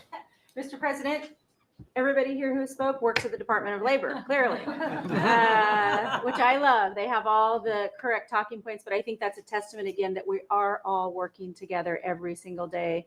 We talk to each other often, and the workforce, the skilled workforce, the education factor, retirees, it's been so important because they all touch the Department of Labor, and I have the opportunity to work with every single one. If you all haven't stopped by the Department of Labor, Mr. President, I invite you to see your big, beautiful face on a banner in front of the Department of Labor, because you are really the transformational president of the American worker, along with the American flag and President Roosevelt, because we're bringing business and labor together. And I was so honored to unveil that yesterday, and everybody is taking note of that. You also mentioned crime, and I think it's been important for my colleagues to recognize that now American workers can return to work and feel safe, that business owners aren't shutting down their businesses because they're afraid they can't protect their workers. And now it's open for business again, and it's starting right here in our nation's capital. Many things have been mentioned about consumer confidence up, unemployment is holding steady, and more than 2 million net jobs for native-born Americans has been key under your leadership. 84% of the workforce and jobs has been produced by the private sector. I think that was the mission of this administration and the Department of Labor. And I will continue to say for a little bit longer, until I heard you today, the one big beautiful bill, because it equals one big beautiful workforce. And Congress passed this legislation. It probably will be the single most important bill that they did sign, because it is protecting our American workforce by expanding Pell Grants and childcare and reduction in taxes, that they can keep more of their hard-earned dollars. I am at the Department of Labor announcing $30 million in grants for our skilled workforce, that I have an MOU with Secretary McMahon. I have an MOU with Administrator Loeffler. That's important to share the data points on how important this is. In June, we awarded nearly $84 million in grants for the capacity of what? Registered apprenticeships, an executive order to have 1 million active apprentices across this nation, where we've already registered 185,000 since in the last few months. One of the other things that we have done is the Biden administration's guidance on cryptocurrency. And thanks to you and your leadership on that, we've rolled that back. And of course, we're going to see the 401k, the investors in our alternative assets. That's been key through the Department of Labor to work through. Partnering with our agencies, again, as I mentioned before, is important as we work together. I have visited, I'll be 31 states on my 50-state tour by the end of this month. I'm headed with Secretary Duffy, with the South Korean President Lee today as we move through the shipbuilding. We will do that in Philly, and then I'm off to New England to talk to those states about how important the apprenticeship program is. But while I visited Hexel in Salt Lake City, 100% domestic carbon fiber for the Department of Defense as they produce. They are announcing another $1 billion investment per your executive order on advanced manufacturing. So it is working. Everything that you have been saying since you were elected and since we all can put into play has been working. Ohio, McDonald's is investing 375,000 new jobs. The shrimpers I visited as well, and they need our help in protecting that industry for our American fishermen and shrimpers. In Minnesota, I toured Cambria. When we're talking about quartz countertops, all made in America. And again, in Oregon, where we are expecting a crackdown. Thank you for what you are doing with your agents on ICE. And thank you for the prosecution that I hope you will come to Portland, Oregon and crack down. But while there are still good people, I was able to visit Buckeye Pacific, really a trading floor for the timber industry. So we still want to focus on great, hardworking American businesses. Mr. President, I couldn't be more excited to ring in Labor Day in Erie, Pennsylvania for the Labor Day parade. I will be there to welcome it. It is an honor to serve this country. It is an honor to serve under your administration as the Labor Secretary, and we will kick off, and Republicans will own Labor Day again, not Democrats. We will own it because we are, and you are the president of the American worker. So thank you for everything that Thank you've you done. very much, Lori. Absolutely. You're doing a fantastic job, and I will tell you that Lori was recommended by the Teamsters. And I said, that doesn't really work, does it? And it turned out to be one of our best choices. So I just want to thank you and Sean, who, as you know, recommended you very strongly. You really turned out to be a gem. I Thank was you. able to talk to the president on the phone the other day. He called and we visited, and he said, but I know that you were, a little bit middle of the road and not so sure. I said, Mr. President, I have been a Republican. He's like, what? Wait, what? Now I like you even more. You did a I great job. appreciate it. Thank you, Lori. Thank you. Thank you. Pam? President, I'm working with everyone around this table almost daily on legal issues that we're winning on. But today, because it's Labor Day, President Trump, if I could focus on public safety, not only domestic, but from our foreign adversaries. And Secretary McMahon, I know you know, kids are out of school this weekend. It's Labor Day. And Secretary Duffy, you know, our highways are going to be packed with travelers coming to not only our nation's capital, but all over this country. We're also going to have boaters, Secretary Duffy, right, on our waterways. It is illegal to be under the influence and on a boat. So get a designated boater if you're out on our waterways, whether it's the Potomac or the Gulf of America or the Pacific. Wherever you're out this weekend, people need to be safe. And on an international level, Secretary Rubio, thank you for all your help on everything we're doing and everyone around this room. But yesterday, there was a big, big win. El Mayo pled guilty, and he was the co-founder of Sinaloa cartel with El Chapo. And there's even a Narcos Netflix series about these guys. Well, now we know the ending. He's going to die in an American prison. They are one of the worst, El Chapo and El Mayo, some of the worst narco traffickers in our world. And he will spend life in prison now. And that's so important because those guys and others throughout this country, throughout this world, have brought into our country drugs, cocaine, heroin, fentanyl, methamphetamines. It's killing our kids. And we have to stop that. And that's what you've been doing, not only in DC, but around the country at your leadership. And over the weekend, parents need to know, with kids out of school, with people out on our highways and on our waters, do not take a pill from anyone you know, don't know. Do not buy anything on the street. It could be laced with something toxic. We've seen so many fentanyl overdoses. And when you were here in DC, we showed you pictures of some of the drugs that had been seized right here in DC. President, they were packaged for children,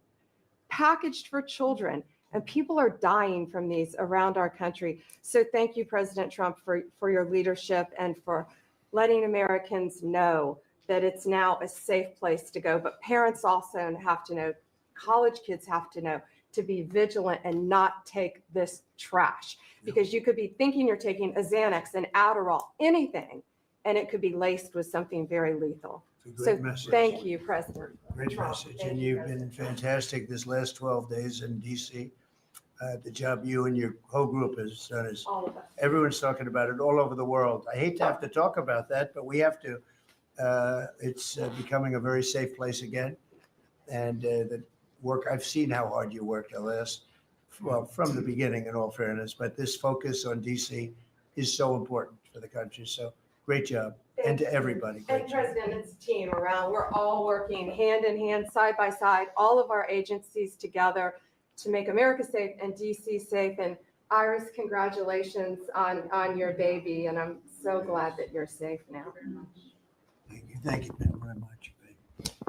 Mr. VP, would you like to say something? Yes, sir. I'll be brief, but I want to congratulate you and the entire team on all the things that have been accomplished. You'll hear about a lot of it. You've already heard some of it, but I thought it would be helpful, Mr. President, just to take stock, not just of what we've accomplished, what we will accomplish, but of the mess that we inherited, because I think it makes this first Labor Day a bigger and more special occasion.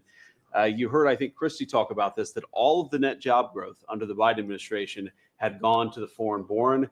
Now that net job growth is going to American citizens who deserve opportunity in their own country. That's a great accomplishment. You'll hear, I'm sure, Scott talk about the success with tariffs. People forget that we inherited the largest peacetime deficit in the history of the United States of America. And now, because the president is not letting foreign countries take advantage of us, we're collecting hundreds of billions of dollars, trillions of dollars over 10 years in tariffs from countries and companies that were formerly taking advantage of the American people. You heard Pam talk about the public safety and the success that we've had there. I happen to believe that maybe the most sacred thing that we can deliver to American workers is the ability to live safely and comfortably in their own neighborhoods. Public safety is not just something that should belong to the wealthy. It should belong to every working man and woman in the United States of America. And because of the work of this administration, that is happening. And of course, Mr. President, you yourself talked about the inflation mess that we inherited under the Biden administration. Maybe the most striking and even shocking statistic of the Biden administration is that housing costs have gone up by 100% over the 4 years of the Biden administration, literally doubled, making the American dream of homeownership unaffordable. We've made great strides and great progress already. But to the American people who are listening, there's a lot more to do. We're going to keep on working hard at it, but it's an honor to do this job under the president's leadership and with this very great team that you've assembled. So we've done a lot, but there's a lot more work to do, and we're very cognizant of it. Thank you, sir. Great job. Thank you. Scott? Sir, as we've said very often, economic security is national security, and our country has never been so secure thanks to you.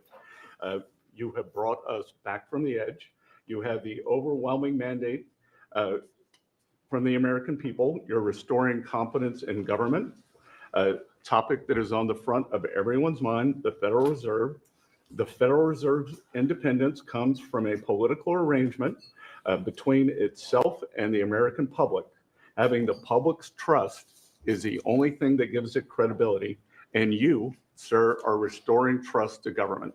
You are weeding out the waste, fraud, and abuse, and the old ways of doing things are not good enough. We are seeing a blue-collar boom. In the first 7 months of your administration, real blue-collar wages have taken off. And the only other time that they've done this in the past 70 years was in your previous term. Your efforts on tax, trade, and deregulation have boosted paychecks for American workers while slowing the pace of inflation and lowering the cost of energy. Inflation has plummeted to just 1.9% since you took office, and the economy rebounded with real GDP surging 3% last quarter. The blue-collar boom coincides with a CapEx comeback.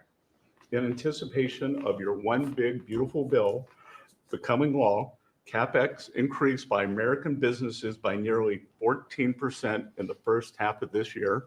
And as you and I talk about frequently, and as that chart or that photo attests, we are going to see I believe, a bigger CapEx boom from here. This is just the beginning, just the beginning. You have saved this country by making it the best place in the world to do business again. Treasury is helping to implement these new provisions, as well as no tax on tips, no tax on overtime, no tax on Social Security. This weekend, I will be meeting with workers from local restaurants to discuss the positive impacts of the pro-labor reforms on no tax on tips.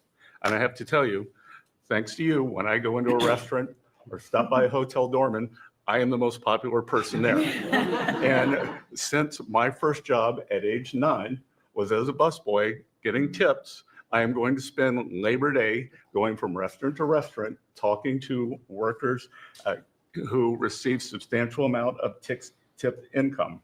So I'll hear directly from them how your one big beautiful bill is increasing their take-home pay and making a big difference. Now, we can also talk, that is domestic. On the international front, you have leveled the international trading system whereby countries took advantage of us, and that's over. It's over. The Treasury Department is taking in record tariff revenues that I had been saying was running at a rate of $300 billion a year. You chastised me for saying that it's not, that number is too low. And as usual, you're right, that we had a substantial jump from July to August. And I think we're going to see a bigger jump from August to September. So I think we could be on our way well over $500 billion, maybe towards the $1 trillion number. This administration, your administration, has made a meaningful dent in the budget deficit. The average budget deficit during this term is 26% less than the last 12 months under Biden.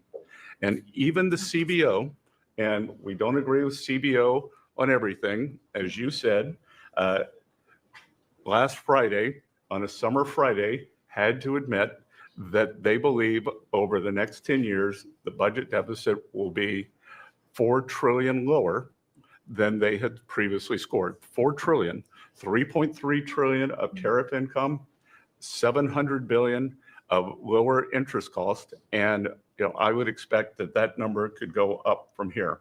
So, Mr. President, your return to the White House marked the return of the American worker. Thank you for reclaiming Labor Day for the American people. You're growing the economy for everyone, especially the middle and lower income households who suffered disproportionately under the last administration. And it's an honor to do this under your leadership. Great job. You're doing great. Thank you very much, Scott. Brooke? Sir, I dropped my second son off at college last week. And I wasn't planning to say this, but just listening to everybody, I want to put a little bit of a personal touch on this work. He started his freshman year yesterday at Texas A&M, for all my SEC friends in the room. Thank you for saving college football, by the way. We're all very grateful. The country just feels different. It just feels different. There's such a optimism and a love. There's a faith movement going through, especially with our younger Americans. And for those of us with kids in college, I know we feel it. And I experienced it firsthand last week, moving him and my other older son in as well. As we move toward Labor Day, you have made a lot of dreams come true for a lot of people, but one of my longtime dreams was for the right to recapture Labor Day. And I've been talking about this for almost 20 years and writing about it, that why are we ceding the day that we are celebrating the American worker to the Democrats? Because this is our day, perhaps of any day of the entire year. This is our day. America was founded and fought for by fishermen and farmers and workmen and et cetera. The Genesis, the first book of the Bible, talks about the righteousness of work and the art of creation. And so to be part of this effort to represent the farmers, the ranchers, the agriculture industry at this moment in time, which I do believe we're in a revolution. 1776 was the first one, 1863 or so with Abraham Lincoln was the second. This is the third with Donald Trump leading the way, and we are saving America. And the idea that we are putting the worker, the very central component of the American dream at the center of it, is the reason that it is so. So at USDA, it continues to be my greatest honor to fight for the original American worker, whom I think the farmer is and what they represent.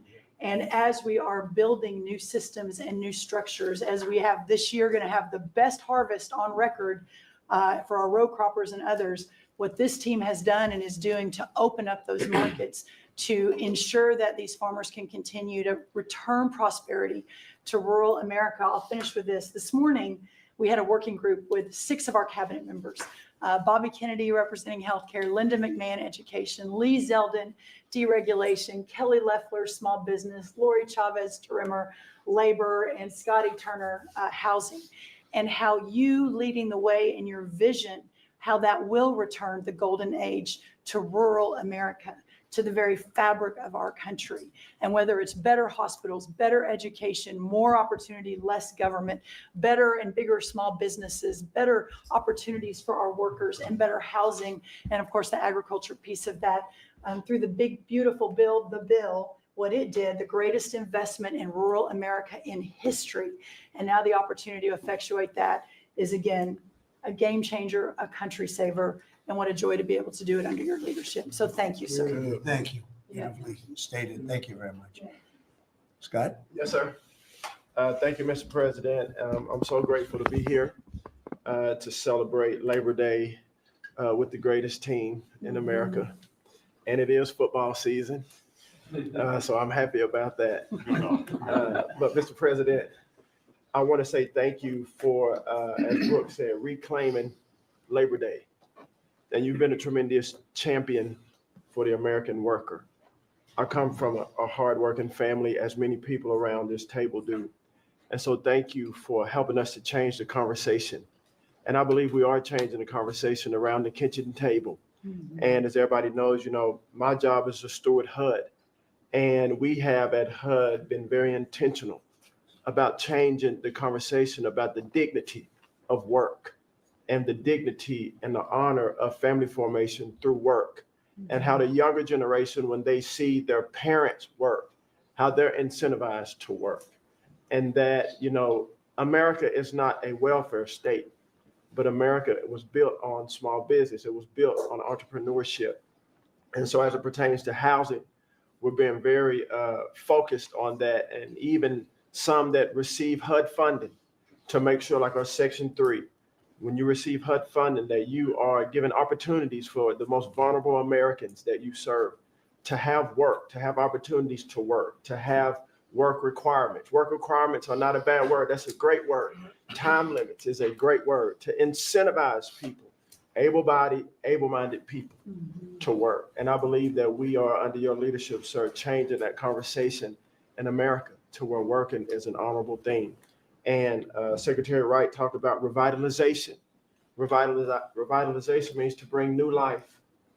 And I believe we're bringing new life to America, Mr. President, through work and through all the jobs that people are doing around this table. And with the one big beautiful bill, the most extensive tax break in American history, opportunity zones are now made permanent. And you know how passionate I am, and you are too, sir, about opportunity zones. And so this will allow us to continue to build affordable housing around our country. And Mr. Vice President, I'm coming your way. I'm coming to Columbus later this week and to see how we can continue to build affordable housing in our country with opportunity zones. And, you know, 1 million people, Mr. President, were lifted out of poverty because of opportunity zones. $90 billion of private money was invested in opportunity zones, urban, tribal, and rural. And now that they've been made permanent, we're looking for millions more to be lifted out of poverty, $100 billion to be invested, hundreds of thousands of jobs to be created, hundreds of thousands of units of housing to come online. And so, sir, I sit here very excited about the future of this country. I'm very proud to be at this table, humbled to do so. And HUD, we're on a good path. So thank you for all your support and helping us, sir. Thank you very Okay, much. God bless you. And I want to give credit to Tim Scott, great senator from a place called South Carolina that we love, right? And Tim really came up with opportunity zones, and we did a good job of working with him. And together we created something that nobody speaks of very much, but it's probably the most successful thing that's ever been done of its kind. It's been amazing. So Tim Scott deserves a lot of credit for that. Okay, thank you. Thank you. So Russell, go ahead. Thank you, Mr. President. And I get the opportunity to go hand by hand with all of these people as they move their deregs through the Office of Management and Budget. And I wanted to zoom out for a second. In the first term, you gave us a goal of 2 for 1. And then we outperformed it through your leadership. We came in at around 5.5, 6 for 1. And then as you're running for your second term, you put out a goal that when you put it out, I was thinking to myself, that's going to be a pretty ambitious goal. You said 10 for 1. Well, where we are right now, in just 1 month, in 1 year, basically 8 months, we are at 245 deregulatory initiatives planned by these agencies. That comes out to 30 for 1. So we are making incredible strides. And, you know, as you're focused on the details of each one, I mean, these aren't small things. Endangerment finding is one of the most deregulatory things we've in the history of this country. NEPA reform, incredibly deregulatory.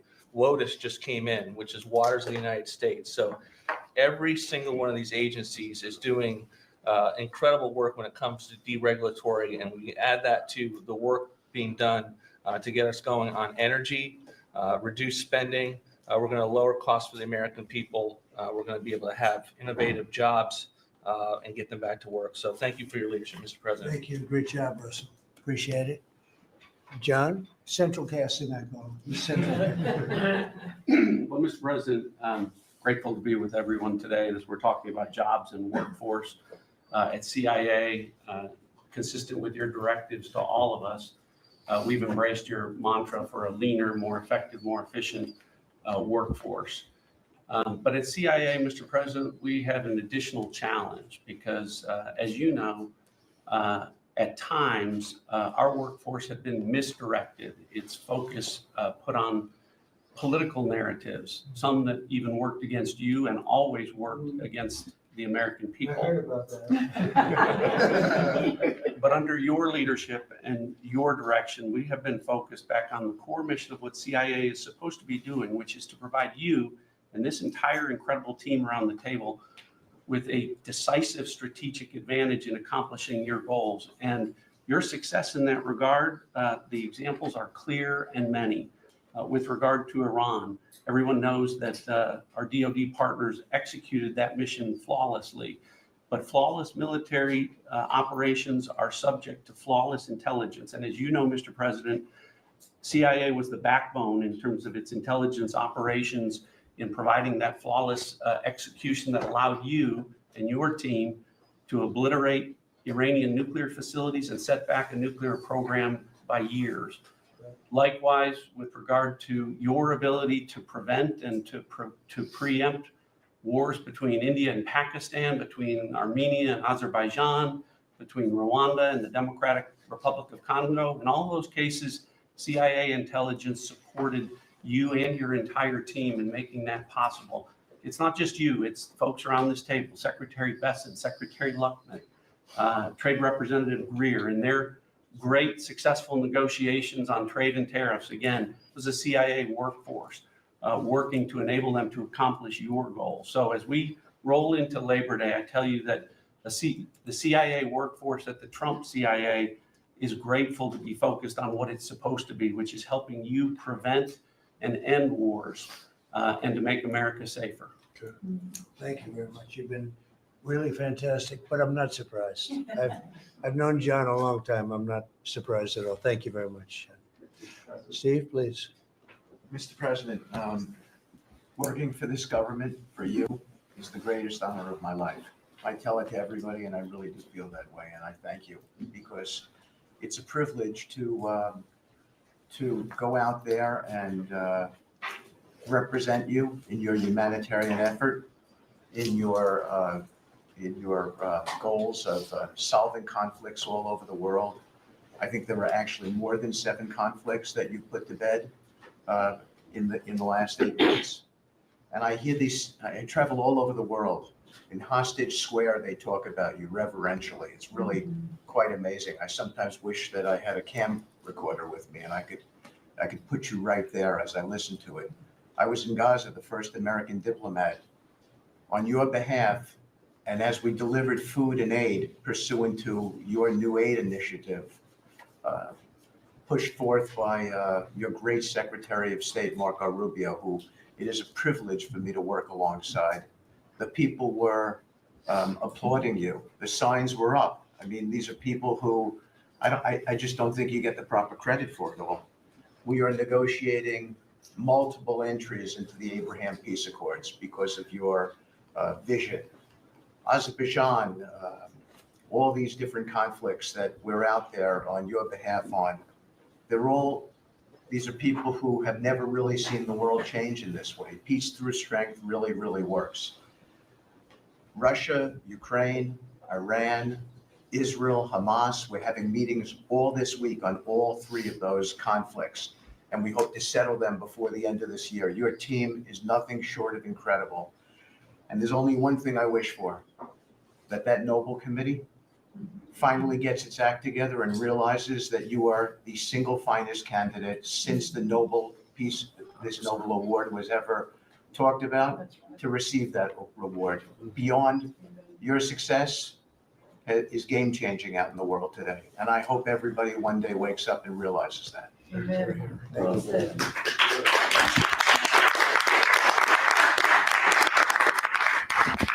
Thank you, Steve. Jamison, please. Mr. President, I like to think of Labor Day as the Trump trade policy day, because everyone around this table and everyone listening knows that one of the major reasons why American workers and organized labor voted for you is because of your trade policy and the policies you've had and advocated for 40 years or more. You have reset global trade policy in the past few months, and it shows that's been working for American workers. When you look at President Biden, in the last quarter of 2024, median weekly earnings fell 2.1%. In the first quarter of your term, they went up 3.3%. And that's why we're doing the trade policy we're doing. It's to help the workers of the United States of America. And they're the best in the world, but they can't do it without a level playing field. And you have flipped the script. For many years, the other countries had high tariffs and high non-tariff barriers, while we were open to all of their labor and services and goods and capital. You flipped it. Now we have the tariffs, and they have lowered theirs and the non-tariff barriers. We couldn't have done it without you and the leverage you've created. So between the tariffs and the deals, the hot streak continues for the workers of America. So thank you. Thank you very much. Really good job, by the way. He's a good negotiator. Good negotiator. Thank you. Please. Yeah. Well, Mr. President, I feel like, as everybody here has talked about how great working with this team is and all, but I do feel a special need that you've given me the privilege of working with the best of America. I get to take care of the veterans. I get to take care of the veterans who Labor Day really finds its roots in, if you think about it. We wouldn't have Labor Day if it wasn't for men and women who would leave their jobs and go fight this nation's battles to keep us free and independent so that they would have jobs to come home to. And over the past few years, they've been coming home to many times a government that was keeping them back, holding them back, taxing them, regulating them. And now we have veterans who represent the bill, the big, beautiful bill. They're the beneficiaries of it. And I get to see them all the time because they're receiving the benefit, because they see the jobs, they see the care that they're being given. And these veterans can look at their country with pride, knowing that we're taking care of them, just like you told me to do. When your only statement you said to me, I asked you what to do, you said, go take care of my veterans. Well, that's what we're doing. One of the other things we're doing right now is, for many of you, I love to hear how you're deregulating everything, and I've worked from Congress and worked with many of you before.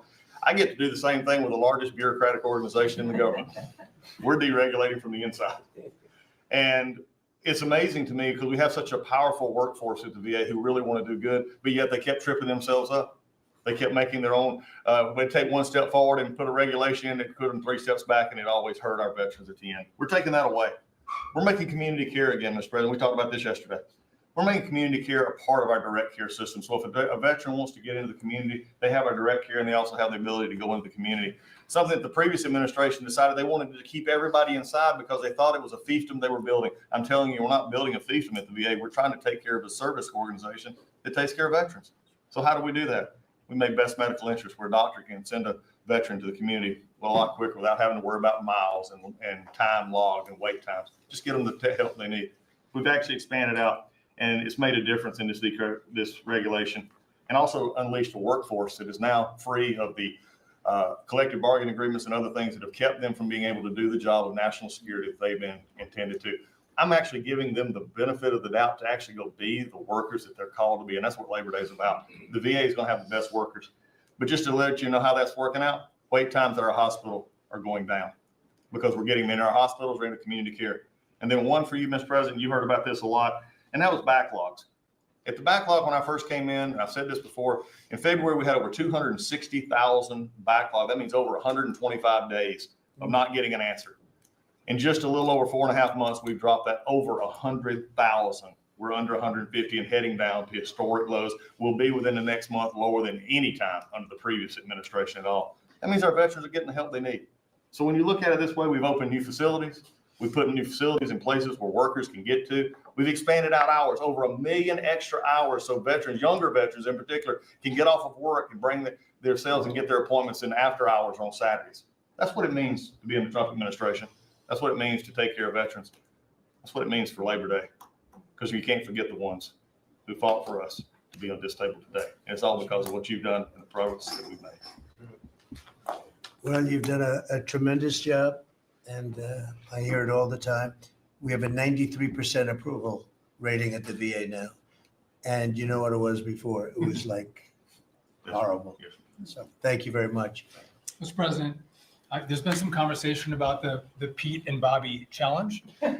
I would just note that I don't think Pete or Bobby could hold these sticks for 2.5 hours. Yeah, exactly. If they want that to be the challenge, so be it. But I think 50 pull-ups and 100 push-ups might be easy it is compared to. impressive. It is. I didn't have this problem with Biden. It was in and out very quickly. So kudos on Labor Day to the audio team that's holding the sticks. But Mr. President, it's pretty great to celebrate Labor Day with a builder who loves labor, who loves the men and women who have built this country, the people that sweat, that have great skills, they have grit, they do the dirty jobs of America that have made this country great, and you know them very well because you have worked with them. The great Trump projects have come from the very men and women we're going into this weekend to celebrate. We all want to claim Labor Day in our departments, but I'm going to claim this at DOT because, you know, roads, bridges, pipelines, shipbuilding, rail, passenger, and freight all fall under the great men and women who wear boots and make this country wonderful. And at DOT, we don't want to have the Congress spend money. We want to take the money that Congress gives us and actually deploy it and put these men and women to work building the great projects of this country. The use of the big, beautiful projects that connect this country. And that's why we have got rid of the DEI. We've got rid of the green. We've done what we can to streamline the regulation to move these projects faster. Time is money. And time has been money. Even Democrats agree now that it takes too long to go through the regulatory process. So we're going to move these projects faster, putting the great American worker back to work. I want to make a quick comment. We've all probably talked about this horrific accident in Florida. And I appreciate the help of Christy and Marco on this very issue. But in May, we said, listen, it's a safety issue if you can't proficiently speak the English language. And we gave states a little over a month to comply. And Washington, California, and New Mexico have refused to comply. And by the way, this individual in Florida received a CDL from Washington, from California, and received a speeding ticket after our rule went into place, and they didn't stop him. And had they taken him out of service, he wouldn't have been in Florida, and we'd have 3 beautiful people alive today. And I make that point because it's the work that maybe no one sees that then, you know, shines a light when horrific things happen, but also that your cabinet works together and teams up to make a difference for the American people. Real quickly, so we have a safety mission at DOT. I don't know that you'd think of the transit unions in the greatest cities of the country, New York maybe being one of them, that support us, but they do, because the violence in the subways and on our buses across the country, the transit workers are the ones who take the most abuse, and they're grateful for the mission of everybody around this table fighting to make their communities safer. So I appreciate everyone's help on that. But they, again, the transit unions love the effort that all of us have put in together. One quick FAA. We are about to put out a request for proposals for a big, beautiful bill. We got build. We got 12.5 billion in the big, beautiful bill. We need more, but this is a great start.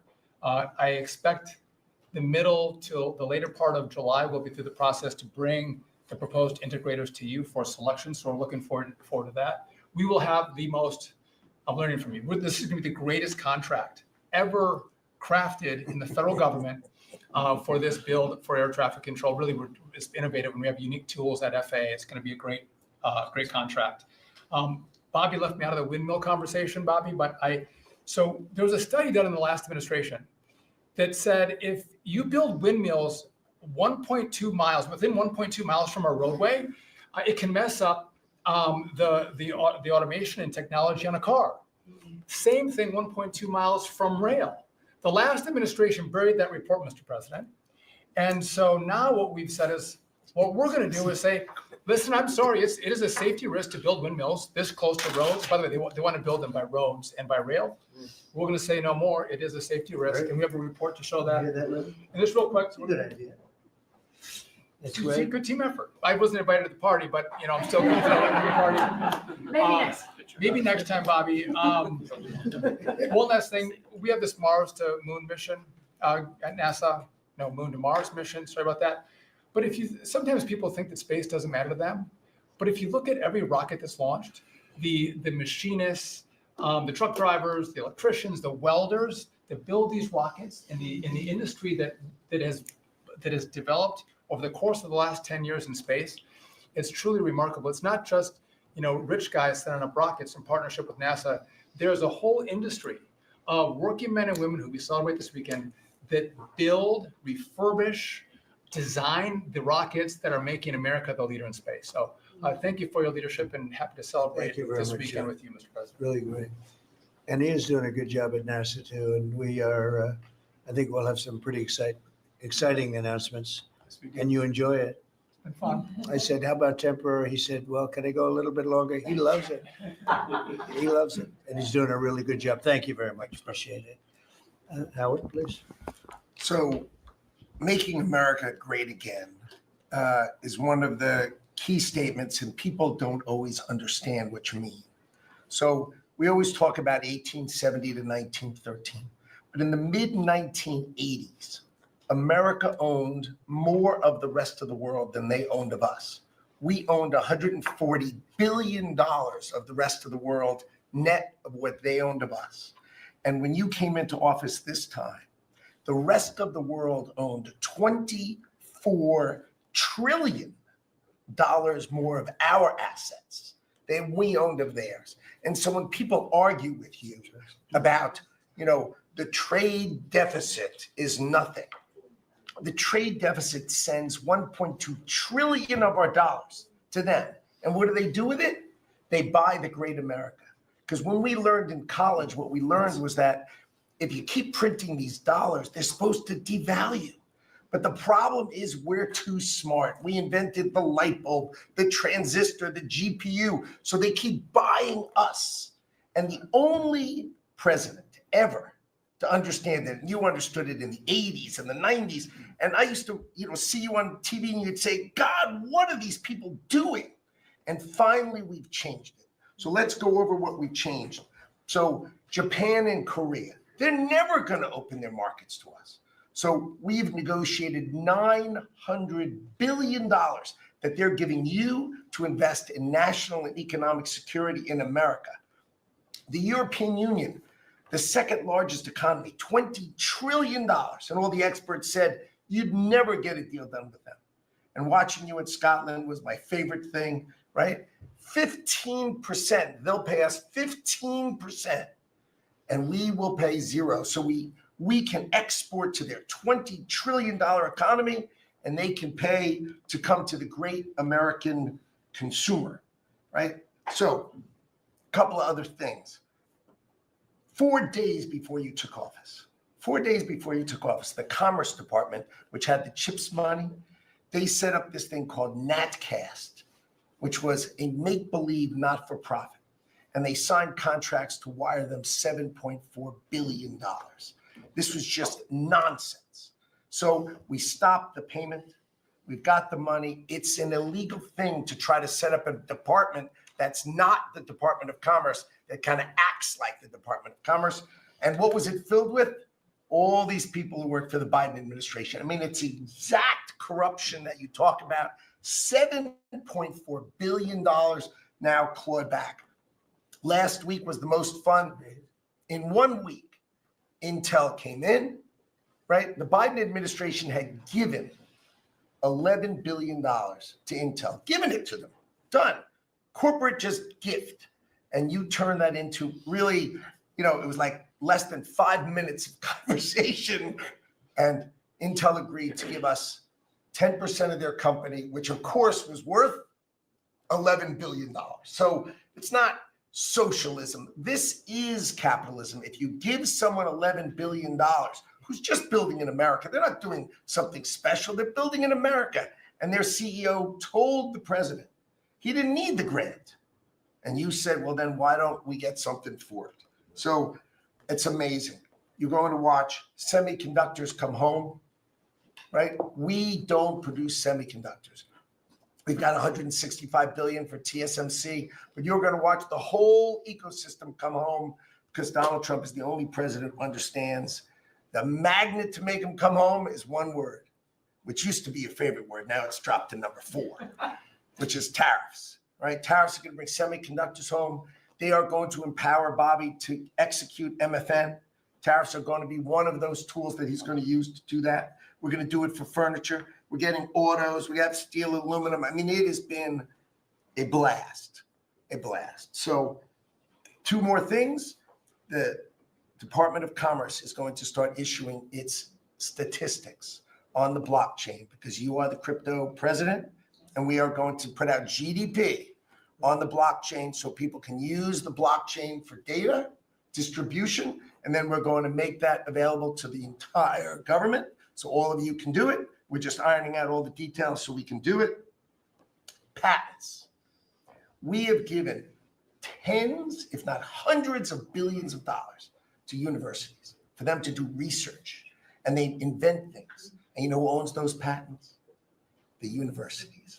So we are going to make a deal with them all, which is if we give them the money, don't you think it's fair that the United States of America and the taxpayers who funded it get a piece of that, right? So we wrote a letter to Harvard. So Linda and I working together. I mean, it's so much fun to work with everybody here. I mean, we just have a blast, because Linda's hitting Harvard and she says, what can we do? And now we send them a patent letter and we'll hit them again. So we're having fun together. This is the greatest cabinet working for the greatest president. And I just want to say thank you. I'm having the time of my life working for you, Mr. President. Thank you. That was very well stated, wasn't it? Some things people don't think of too much. Thank you very much. Great job. Pete? Sure. Well, amen to what Howard said. And I would just say, heading into Labor Day from the American military, sir, we happen to be the largest employer in America. We like to think we have a different form of employees. Yeah. Who need to be the toughest and the strongest and the most well-trained and the most lethal.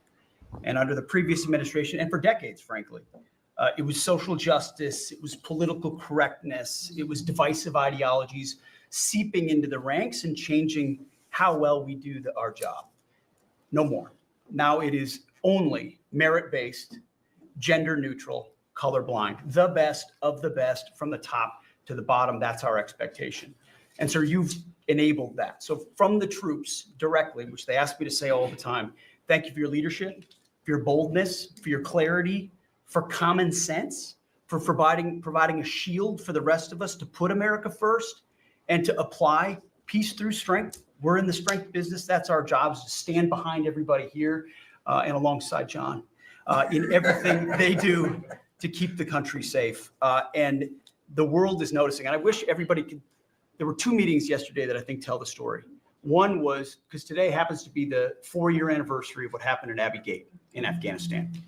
Mr. President, you had the families in, who you've met with multiple times, who, when the cameras were on and not on, acknowledged, sir, you were the only one that gave them a proper greeting, that recognized what they gave their sons and daughters in the debacle that was the withdrawal in Afghanistan, that we will bring accountability for at the Defense Department through our investigation. That's good. But at the same time, the world sadly took notice, whether it was Israel, whether it was Ukraine. Those wars never would have started if you were president. Instead, they looked at the foolishness of Joe Biden. Under your military, your Pentagon, we are restoring deterrence, whether it's Midnight Hammer and those beautiful B-2s, 37 hours straight, whether it's counter-drug operations in our own hemisphere, whether it's the border, working with Christie and the national security team, whether it's LA, whether it's Washington, DC, you name it, whether it's Europe. Our allies paying 5%. Now our allies in the Indo-Pacific stepping up to do the same. That's a recognition that American leadership is here. And then in the second meeting, we were talking about what we're doing in DC, and Pam's taking the lead. I have to say, just pause for a second. When I look around this table, yes, there's a national security team of Steve Witkoff and John and Scott and Howard and the vice president and Susie and Christy and Tulsi, but to every person here, we work together on a daily basis. And if you call me and I call you, if the answer is yes, how do we do it together? I think that's exceptional. It's what the American people deserve, and you've demanded that, sir. So I very much appreciate it. In that meeting on DC, I started my sentence by saying, the Department of Defense, to which you said that just doesn't sound right. So maybe next time we're here, my card will read Department of War. We'll see. But it's not, here's the thing, here's what people miss. It's not just about words. It's about the warrior ethos. It's about what the department is supposed to do. George Washington started the Department of War because he wanted us to win our wars. Our founders didn't want endless foreign entanglements. They didn't want endless contingencies and deployments. They wanted an empowered military that was, the handcuffs were taken off to fight to win and then bring those troops home. So my platoon in Guantanamo Bay, our motto was, those who long for peace must declare for war. We must prepare for war. We don't want war. We don't seek it. You are the peace president, sir. Because we are strong, our enemies know what we will do. And so whether it's Secretary of War or Secretary of Defense, that warrior ethos is changing. We're going back to basics. Our drill instructors can be drill instructors again, sir. So from the minute of the tactical of standards to the strategic of B-2 bombers, we're focused on what matters. Had a meeting yesterday on Golden Dome for America, which is on track to deliver strategically for the American people. Munitions and the Deputy Secretary making sure our stockpiles are overflowing. That's our job. I'm an honor to be a part of it, sir. Thank you for your leadership. That's great. I think I like Department of War better, but we'll make that decision, right? But you've been great. Thank you very much, sir. So Marco, go ahead. Well, Mr. President, first of all, everyone's made this comment already and needs to be echoed again. You were elected as the president of working Americans, and that's why this Labor Day is so meaningful. For me personally, this is the most meaningful Labor Day of my life as someone with 4 jobs. And so,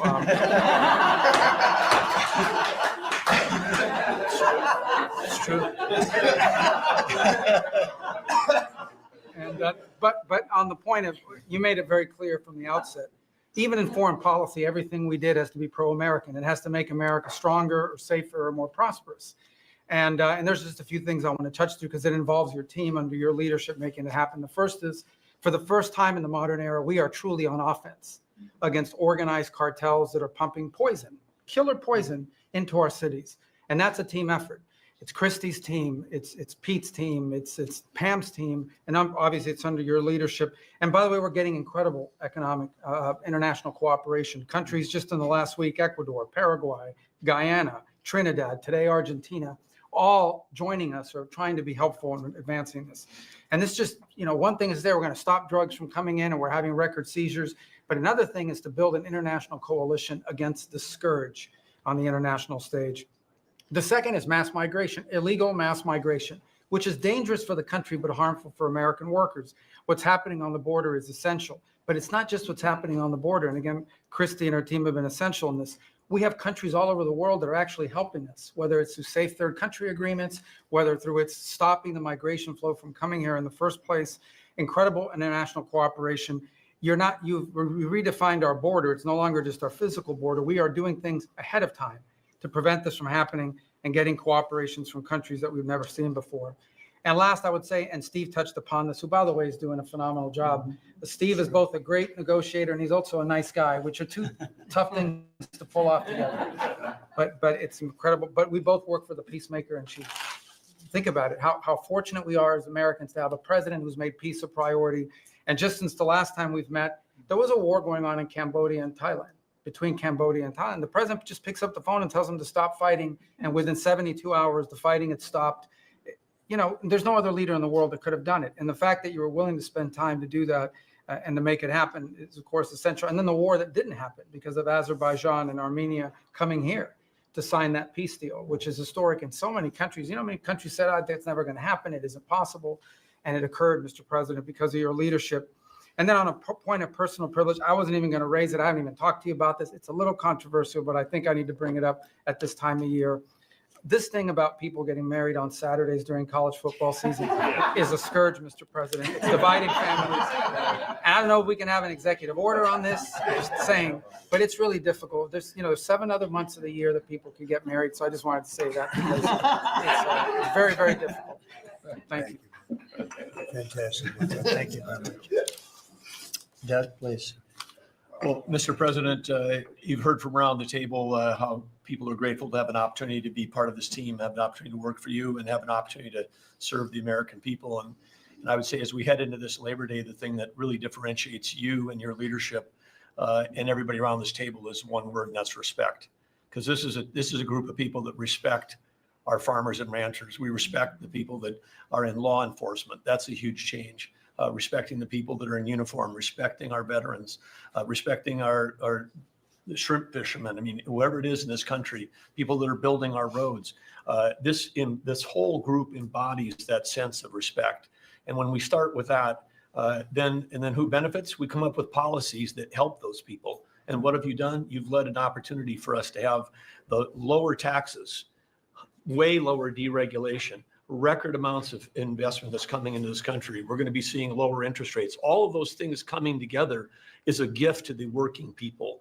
The policies are lifting everybody up. There's 140 million Americans that get up and go every day and drive to work. They commute. And one of the most obscene things of the prior administration was their energy policies was creating a hidden tax on those people. The poorer you were, usually the further you had to drive because you couldn't afford the housing. If you were working at a hotel, if you're working in a service industry, we were taxing them. A hidden tax on them was the high cost of energy. You're perhaps one of the only leaders in the world that understood the connection between peace abroad and prosperity at home was directly connected to energy policy. You came in and said, we're going to sell energy to our friends and allies. We're going to bring prosperity at home through policies here by having lower energy prices. And we're going to stop funding wars abroad with energy policies that help their adversaries and hurt us. You said we're going to sell energy to our friends and allies. And with the work that Jameson and Howard and Scott and everyone has done on these trade deals, we're going to have an opportunity to have a renaissance in American energy, selling energy to the world, which is going to help bring peace abroad. But the real key thing in closing, I want to say is two things. One has to do with the U.S. Park Police. That's the group here in Washington, D.C. They're the oldest uniform law enforcement group in the nation. You coming out and visiting with them in person before they went out on the surge. Not only are carjackings down, muggings down, homicides down, everything down, morale is through the roof. Just like Pete saw, we've got record people signing up to want to be part of our military. You have breathed life back into the profession of law enforcement. Your respect for law enforcement is so incredible. It's making a difference. And then us giving them the tools. On a lighter note for everybody here, one of the rules that under President Trump we were able to change for the U.S. Park Police was they could do a pursuit. I was shocked to find out when we were talking to them, like, oh, you pull somebody over and they just drive away and you can't pursue them? I mean, and they said, no, we can't. They said, all rules. We got that rule changed in 24 hours because of President Trump's leadership. The next night, they had so much fun. They pulled people over. They started to take off. They chased them. They stopped them. And then the bad guys, some of these were in cars that had stolen plates. So they take the plate off. They steal them off somebody else's car. They know it. The plate doesn't match. They know they're doing this thing. The bad guys in the car said, what you're not supposed to chase us. Like you're breaking the rules. The bad guys are telling us to break. No, we're back in action. So it's like, and so the morale is high. They all wanted to say thank you to you. Yesterday, you announced increasing the number of U.S. Park Police that we're going to hire. This is the group that protects not only our sacred monuments of democracy here, but also the Statue of Liberty and the Golden Gate. This is a great group. But on behalf of all law enforcement, we say thank you. And as Chris Wright was talking about electricity, I want to close with that. We've solved amazing things in 7 months, but the big challenge we have against the remaining is, solving Iran's nuclear thing, that was an existential threat. China beating us in the AI arms race, that's an existential threat. We finally have a president who talks about it. You talked about it in your opening remarks. You've signed executive orders. You understand that essentially we used to say hundreds of years ago, people started saying that knowledge is power. But now, for the first time in history, we can take electricity and we can convert it into intelligence. So it's flipped. It's no longer knowledge is power. Power is also knowledge. And while we're ahead in the technology, we're way behind China on the amount of electricity they're bringing online. And your strong position to support affordable, reliable energy using our nation's resources, including those across the Department of Interior, bringing back coal mining, bringing back mining, bringing back timber. All the industries that have been killed in this country are coming back to life because of you. And with your leadership, we have a chance to not only win the AI arms race, but actually dominate it the way we're dominating in other things. So thank you, Mr. President. Thank you very much. And we're leading that race right now by a lot. And we're going to keep the electricity coming. You know, in China, they do it very quickly. They have one person that says, do it, and that's it. But essentially, we have one person that says, do it. And we've given that order, and the job they've done has been amazing. And I want to thank again, Lee, what you're doing in that regard is so important.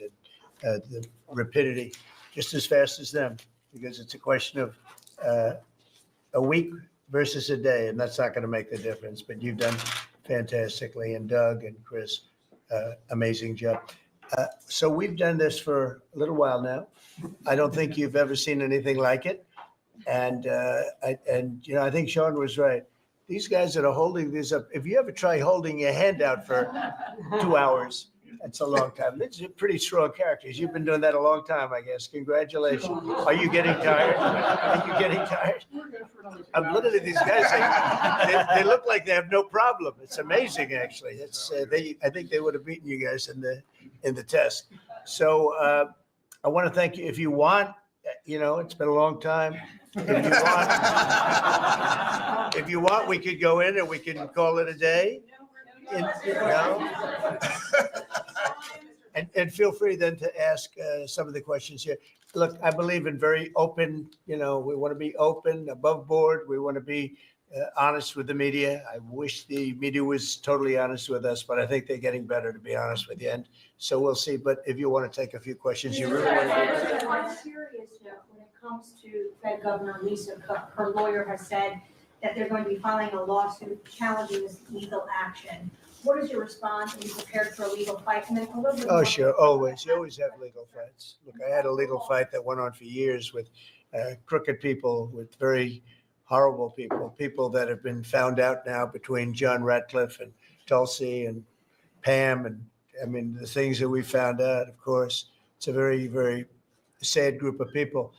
But no, she seems to have had an infraction, and she can't have an infraction, and especially that infraction, because she's in charge of, if you think about it, mortgages, and we need people that are 100% above board, and it doesn't seem like she was. Yeah, please. Mr. President, first, I would love to ask you a serious question, but I have to tell you the biggest pop culture news of the year broke while we were in this cabinet meeting. Travis Kelce and Taylor Swift are engaged, and the world wants your reaction, sir. Well, I wish him a lot of luck. No, I think he's a great player. I think he's a great guy, and I think that she's a terrific person. So I wish them a lot of luck. On a serious note, Mr. President, in May, Secretary Rubio said that they were aggressively removing visas of Chinese students. yesterday you said you wanted to allow 600,000 Chinese students to study in the United States. Could you and the Secretary clarify what is the policy on Chinese students in the United States? Well, we think look, we're getting along very well with China. And I'm getting along very well with President Xi. I think it's very insulting to say students can't come here because they'll go out, they'll start building schools and they'll be able to survive it. But I like that their students come here. I like that other countries' students come here. And you know what would happen if they didn't? Our college system would go to hell very quickly. You'd have, and it wouldn't be the top colleges. It would be colleges that struggle on the bottom. And you take out 300,000 or 600,000 students out of the system. I like having, and I told this to President Xi, that we're honored to have their students here. Now, with that, we check and we're careful and we see who's there. And Marco once said, we're in the same position. But we have a tremendous college system, the best in the world, nobody even close. That's why China sends them here. And you can call it an industry if you want, but you're talking about millions of people. And I'm honored to have the students from China come here. And we're just getting along very well with China. And it's a different relationship than we had for years, where they took hundreds of billions of dollars, just sucked it right out of our country. They respect us again. I respect them. The relationship is very good. I think it's important that these are two very major powers, nuclear powers at that, but two very important powers. You know, when I get along with Putin, when I get along with President Xi, when I get along with these people, that's a good thing, not a bad thing. We're tough and we're smart and we're strong. We get along. It's a lot better than not getting along. You had somebody in here before. The war should have never started with Ukraine and Russia. It would have never started. And Putin said that himself. President Putin said that himself.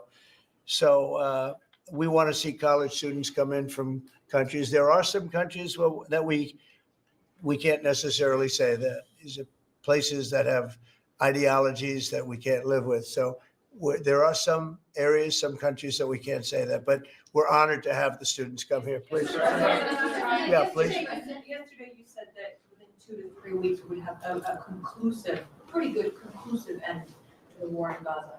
What did you mean by that? And could you tell us On what? in the war in Gaza? Yeah, what about it? You said in 2 to 3 weeks we would have a conclusive end, a pretty good conclusive. There's no conclusive. It's been going on for a long time. You're talking about, I guess if you really add it up, Steve, you're talking about thousands of years, okay? It's been going on there's nothing conclusive, but hopefully we're going to have things solved very quickly with regard to Gaza and also with regard to Ukraine and Russia. Mr. President, who are you considering for the replacement to nominate for Lisa Cook, and what economic background or history are you? Well, we have some very good people for that position, and I think we have some very good people. We're down to, I think I maybe in my own mind have somebody that I like, but I deal with Scott and I deal with Howard, and we're dealing with a lot of people actually that are going to be involved in that decision ultimately. It's a very important decision. As we see, I got a bad recommendation when I went with Jerome Too Late. He's too late. His nickname is Too Late, costing us a lot of money, hurting the housing. Our housing industry is good, but it could be phenomenal. Most of this country, in economic terms, has been phenomenal. We've never seen anything like it. Because of him and his high interest rates, the housing is less than it could be. We're going to get that straightened out very quickly. He gets out very quickly. Fortunately, he's been the wrong guy. Not a bad person, I don't think, but I do think he has motives, by the way. But I don't consider him. I've dealt with worse, but he hasn't done the job. The recommendation from a certain person was not a great recommendation. That person vouched for him, but we're doing a very careful study. We'll see what happens. Look, we just put a very good man in one position. We might switch him to the other. It's a longer term and pick somebody else, but we're very happy with the person we have in there.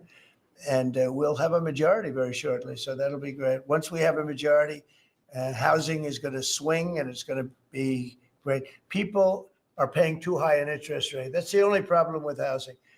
We have to get the rates down a little bit. And when we do, it's going to be a tremendous difference. The country is doing so well. It's sort of, it sort of blows through the fact that we have a man who's too late and not doing a very good job. Please, in Mr. blue. President, regarding crime in DC, something that might help especially ladies is being able to carry. I know you talked about reciprocal carry. Would you like for that to apply here in Washington DC? When you say carry, I assume you're talking about carry what we're talking about, Concealed right? or- In other words, carry a gun. Is that right? Would you like to carry a gun? I would like to, yes, sir. You'd feel a hell of a lot better, right? I absolutely. I agree with you 100%, okay? Okay, great. But I'll tell you, within another couple of weeks, it's hard to believe what's been accomplished in 12 days, but within another couple of weeks, you won't have to carry. You're not going to have to carry. You're going to be safe. People are safe now. The turn has gone fast. I knew it was going to go fast, but this turn has gone really fast. And within a month or two, this is going to be one of the safest places in the country. I have no doubt about it. And we'll do an extension. We'll work with Congress, or I could declare an emergency, but I don't think that's going to be necessary. We'll work with Congress. We're going to be working with Congress. I spoke with our great speaker, and I will be speaking to John Thune, and we're getting tremendous support from Congress, especially maybe here. Everybody wants to see our capital be great. You could say be great again. You know, it's such a beautiful place, but if you have crime, nothing looks beautiful.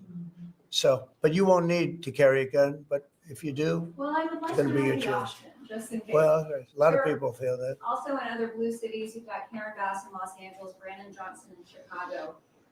It seems to be very popular here, the fact that people can walk around, go to restaurants, shop, and Yeah. not have to worry about their safety. If blue city mayors propose those efforts in their cities, do you anticipate the Democrat voters are going to take it out on them at the? I think so. I think that crime is going to be a big thing. And we are the party, the Republicans are the party that wants to stop crime. We're against crime. The Democrats like crime. I don't know why. I mean, we talk about common sense. I think I got elected on talking about common sense. The border, we have to have a wall. We don't want transgender for everybody. We don't, as I said before, we don't want to have men playing in women's sports. I mean, you see the difference. Weightlifting. Take a look at weightlifting. Take a look at long distance running, where a runner came in 5 hours and 14 minutes ahead of another runner, both champions. One male, one. It's not fair. It's demeaning to women. It's so bad. But they have another one, and I think this is the beauty of them all: crime. They're against crime prevention. You can't do that. You can't do that. And I think to myself, I say, is there some game? You know, they're smart people. Is there anybody that could cheat like that in elections is smart, okay? And there's never been in history anybody that could cheat like that. They're smart. They're brilliant in many ways. I say, is there some trick to this? When they say, Trump is in Washington, D.C., stopping crime. He's a dictator. And people are being mugged like your brilliant associate here. I don't know how you're alive. I mean, based on that story, you got very lucky. He didn't just go, all he had to do is this, right? And, you know, it's pretty amazing. So we have something. I think we have two things. I think what Bobby was talking about with respect to drug prices is unbeatable. Nobody else could have done it but us. And I think that crime will be the big subject of the midterms and will be the big subject of the next election. Think of it. They are, instead of saying Trump's right about crime, it's really bad in Chicago. You have a guy in Illinois, the governor of Illinois, saying that crime has been much better in Chicago recently, and Trump is a dictator. And most people say, if you call him a dictator, that if he stops crime, he can be whatever he wants. I'm not a dictator, by the way, but he can be whatever he wants. I think it's going to be a big subject for the midterms, and I think the Republicans are going to do really well. They called it a trap. This Democrat consultant, they said, he's put him in a trap again, because these are all traps. You know, 80-20, but they're not 80-20. They're almost 100-0, all these issues. But I would say that crime is stronger than men playing in women's sports. I think it's stronger than transgender for everybody. You know, it's transgender for everybody, according to them. It's stronger. Of course, this is the cause of it, open borders. open borders gave us a lot of this crime. So, so they're sort of on an equal footing, I guess. But crime is going to be a very big subject. And you know what he should do if he was smart? Illinois or New York, if they want, or Gavin Newsom, they should call me and they should say, we've got a problem. We could solve with this team, different players, but work the same way, because you'd leave them here. You don't want to take them out and let it go to hell. Everybody's so happy and I bet you walked over here today and you had no fear. Nobody has any fear anymore for the last 12 days. But it would be so smart. Gavin Newsom called me up, say, you know what, we have a big problem. We have the Olympics coming up. We want to do well. We have tremendous problems on crime and other things, and would love some help. Chicago in particular, maybe right now. I mean, it's a disaster. It's a disaster. We could solve their problem it's bigger than this, let's say 2 months, okay? Working with their police. I know their police very well. I have a big project in Chicago. I was so proud of it. It's the best site in Chicago. I got it. Nobody else got it. I was happy as hell. That was when I was a real estate guy, and I got it. The Sun Times site, they call it. And I built the building. It's a great building. And I'm so embarrassed when I see the kind of crime stats coming out there. So embarrassed. And if I were a governor, a Democrat governor, or mayor, or anybody having to do, I'd call up President Trump. I'd say, President Trump, we need your help. We saw what you've done in DC in a period of 12 days. This is 12 days. We haven't even started. This is going to be so safe. It's going to be the safest place on earth. And we'll do the same thing in Chicago. But I'd like to be asked, as opposed to just going in and doing it. Because, when you go in and do it, then they start screaming, oh, he shouldn't be here. We don't need him. We're doing so well. And then the better we do, they take credit for it. So it's really pretty unfair. Yes, go ahead. For a lot of victims like myself, a big concern is long-term sustainability. Can you share with the American public about your plan in ensuring that DC is safe in the long term? Longer term, yeah. Well, it's a great question. Number one, we want to stay there for longer than 30 days. As you know, we have an absolute mandate, and I can extend it, but I'd rather not have to declare a national emergency, because by that time, right now, there's not an emergency. We've done, as you sort of said yourself, it feels like a different world. We've got under arrest and prosecution, and we've taken some, and we're in the process of taking hundreds out of our country that shouldn't be here. And these are hardcore professional criminals. They were born to be criminals, in my opinion, but they're seriously bad people, murderers, drug dealers. You know them all. You see them all as you walk beautifully to work, and every once in a while somebody puts a gun to your head, because that's what happened in your case. We're getting a lot of them out of the country. We're putting a lot of them in prison because we're afraid to bring them out of the country. They could come back. As good as we're doing, they could come back. We don't want them back. And that's going to solve a lot of it. We also think there should be a presence here for long enough. We should also work with our police department, because you have very good police here. Very good. We're working very well with them, by the way. And we have to work together for a while. We have some people that are very tough and very strong. Working with the police, they're going to be able to handle it. And you know what? If it gets a little bit bad, just a little bit, I'll bring them back in and we'll straighten it out. We'll make it perfect. You're going to be so safe in the city. And you're going to have the city beautified. We're going to be we're working with Clark, as you know, construction. They're the biggest. They're working with me also. We're building a beautiful ballroom for the White House. They've been after it for 150 years, employs a lot of people. It's going to be as beautiful a ballroom as has ever been built. And Clark is the big builder in this city. They've done, I guess, a majority of the good work, the big work. And we're working with them on the beautification, the fixing up of the roads, the fixing up of the medians, between the roads, so cars don't wrap into each other. They wrap into I have one piece sitting on the ground for weeks. This was a year ago when I had to come in, unfortunately, for fake court cases. And I looked at the condition. We have it fixed up a lot right now. The tents are removed and a lot of things have taken place. But I'd come into this city and I say, boy, does it look bad. The filth on the roads, the medians were broken and always laying down, and nobody would fix them, and all of that. Well, We're going to have new medians. We're going to have a nice topping put on the road. We're not going to rip the roads apart and start a construction project that lasts for 2.5 years as they rebuild the road, which they don't have to do. And we're going to have this place so beautiful. That's going to be a part of it.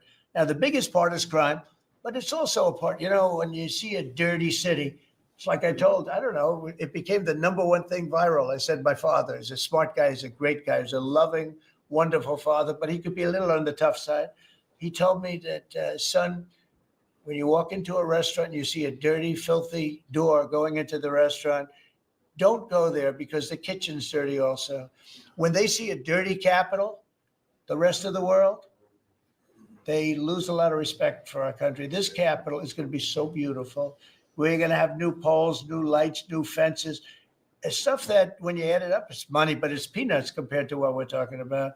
And we're also going to have great safety. Mr. President, I wanted to ask you on crime and also a question on foreign policy that maybe other officials can weigh into.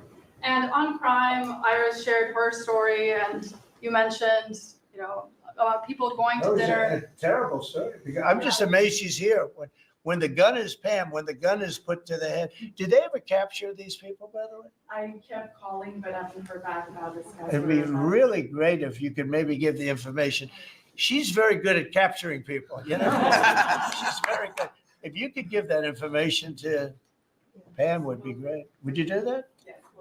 Wouldn't you'd love to see them? I would assume you'd like to see them captured. Sure. You just can't. For years.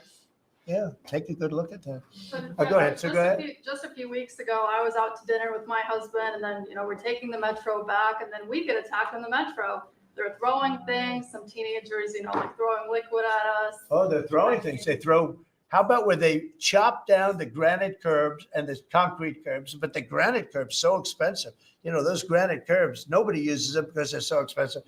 And you see a guy chopping them and handing out big chunks of them like a brick because they couldn't get in because people were stopping them from walking out. A little bit unusual when you're walking with a bag of bricks. Generally speaking, Sean, that's not a good sign. Right? That's not a good sign. But they now come in with hammers. They can disguise a hammer, and they start pounding the concrete and the granite, and they hand out chunks. And those people take those chunks and start throwing them at cops, or they stand on the top of bridges and they drop them down into the windshield of your car, and you get killed running into a light pole. It's those days are over. I wanted to ask you, Governor Hochul, Kathy Hochul said that she spoke to you on the phone, and you said you might send National Guard troops to New York. You mentioned that. So will you? I'd love to do it. If she'd like, I get along with Kathy.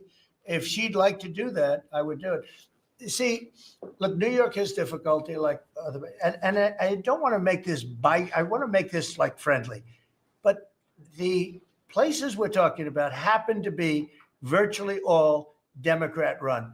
Now, take a look at your 25 places that are most troubled.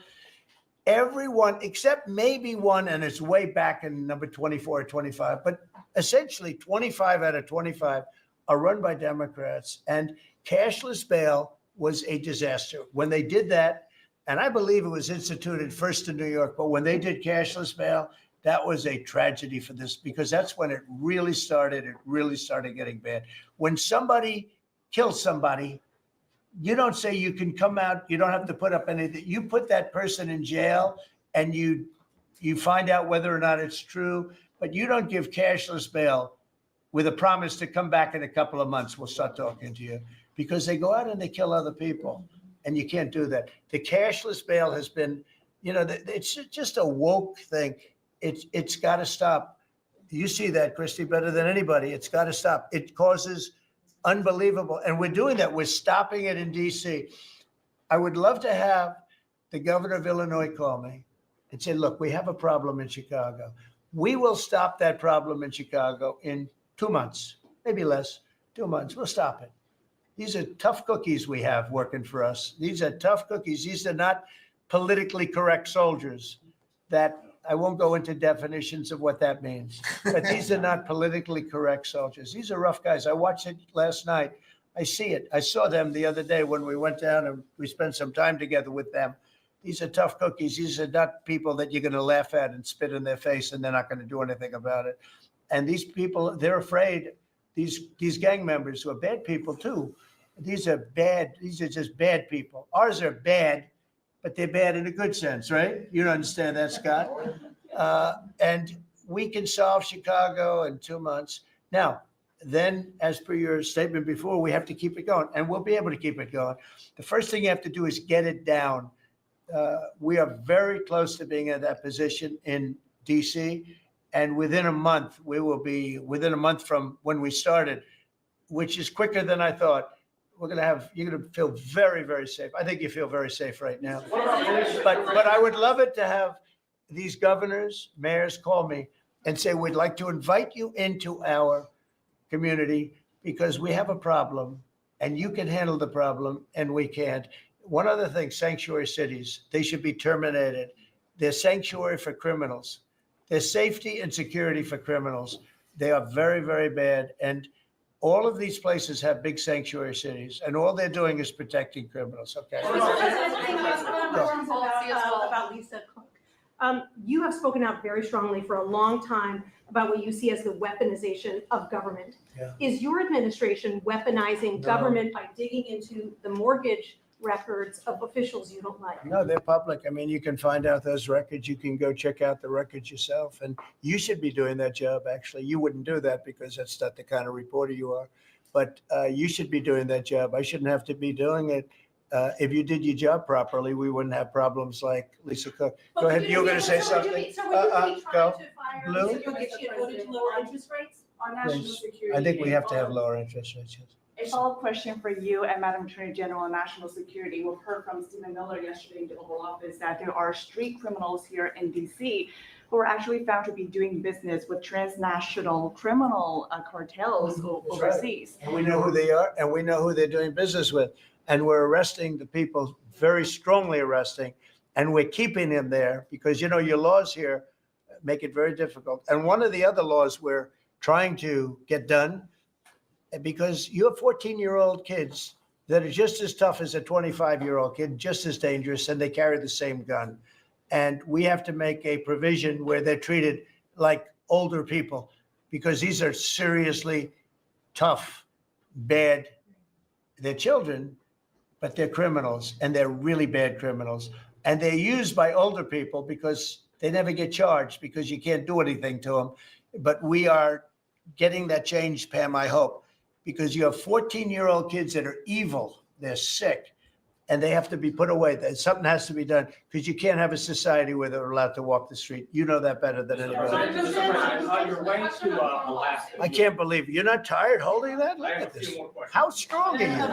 How strong are you? Look at him. He's been holding that thing for 3 hours. You're a good fisherman. Well, thank you. Go ahead. On the way to Alaska, you had mentioned that there would be severe consequences if Vladimir Putin did not agree to a ceasefire. Yeah. After that summit that was rolled back, given the negotiations, is he back on the clock now? I want to see that deal end. It's very, very serious what I have in mind if I have to do it, but I want to see it end. I think that in many ways he's there. Sometimes he'll be there and Zelensky won't be there. You know, it's like, who do we have today? I got to get them both at the same time. But I want to have it end. We have economic sanctions. I'm talking about economic because we're not going to get into a world war. I'll tell you what, in my opinion, if I didn't win this race, Ukraine could have ended up in a world war. We're not going to end up in a world war anymore, but it would have ended up possibly in a world war. That would have been they were ready to trot. But just like India and Pakistan, we're going to end up in a nuclear war if I didn't stop them. You know, it's sort of strange. I saw they were fighting. Then I saw 7 jets were shot down. I said, that's not good. That's a lot of jets, you know, $150 million planes were shot down. A lot of them, 7, maybe more than that. They didn't even report the real number. And I'm talking to a very terrific man, Modi of India. And I say, what's going on with you in Pakistan? Then I'm talking to Pakistan on trade. I said, what's going on with you in India? And the hatred was tremendous. Now, this has been going on for a hell of a long time, like sometimes with different names for hundreds of years. But I said, what's going on? I said, I don't want to make a trade deal. No, we want to make trade deal. I said, no, I don't want to make a trade deal with you. You're going to have a nuclear war. You guys are going to end up in a nuclear war. And that was very important to them. I said, call me back tomorrow, but we're not going to do any deals with you, or we're going to put tariffs on you that are so high. You were there, Howard, right? You're going to put tariffs on you that was so high, I don't give a damn. Your head's going to spin. You're not going to end up in a war. Within about 5 hours, it was done. It was done. Now, maybe it starts again. I don't know. I don't think so, but I'll stop it if it does. We can't let these things happen. The Russia-Ukraine situation, last week, 7,012 soldiers, 7,012 soldiers died. They were Russian, they were Ukrainian, they weren't American. So a lot of people would say, what do you care? They're not American. I care. They're 12,000, over the last couple of weeks, over 12,000 people died in like in 2 weeks. You know, we're talking about crime where somebody's killed here or somebody. Think of it. You have your son leaving Russia, leaving Ukraine, their little house, wherever they live with their parents. They're waving goodbye, just like our parents would wave goodbye. And they're waving goodbye, son. And then a week later, his head's blown off in a stupid war by a drone, a whole new form of military problem. So, no, I'd like it to stop. I want to get it to stop. And it will not be a world war, but it'll be an economic war. And an economic war is going to be bad. And it's going to be bad for Russia. And I don't want that. Now, I have to also see, because not everybody, you know, Zelensky is not exactly innocent either, okay? You know, it takes two people to tango. And I say it all the time. You got to get them together. I get along with Zelensky now, but we have a much different relationship because now we're not paying any money to Ukraine. You know, stop that.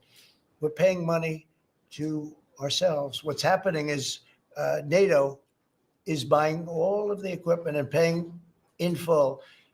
But even with that, forget about that. I want to get it stopped because it's a lot of lives that are being lost. Every week, it's 7,000, 5,000, 6,000. I get the reports, and I see battlefields. I'd rather not see them. And you know, you read about Gettysburg. You read about Gettysburg, and you see, you know, those 600,000 people. But in that war in particular, was really bad, like 150,000 or something, just dead body. I'm seeing the same. I see pictures. I see satellite pictures of heads over here, arms over here, legs over here. And this is like a modern age. It's no different than the worst wars that I've ever seen. And if I can stop it because I have a certain power or a certain relationship, I had a very good relationship with President Putin. Very, very good. That's a positive thing again. And I think I'm probably the only, Steve Witkoff would tell you I'm the only one that can solve it. I don't know. You've told me that a few times, unless you were saying that just to build up my ego, but it's not really. I have no ego when it comes to this stuff. I just want to see it stop. Thousands of young people, mostly young people, are dying every single week. If I can save that by doing sanctions or by just being me, or by using a very strong tariff system, that's very costly to Russia or Ukraine or whoever we have, you know. But I stopped 7 wars, and 3 of those wars were going on for more than 30 years. You know, if you look at Congo, if you look at, just look at any of them, almost all of them were going on for an extended period of time.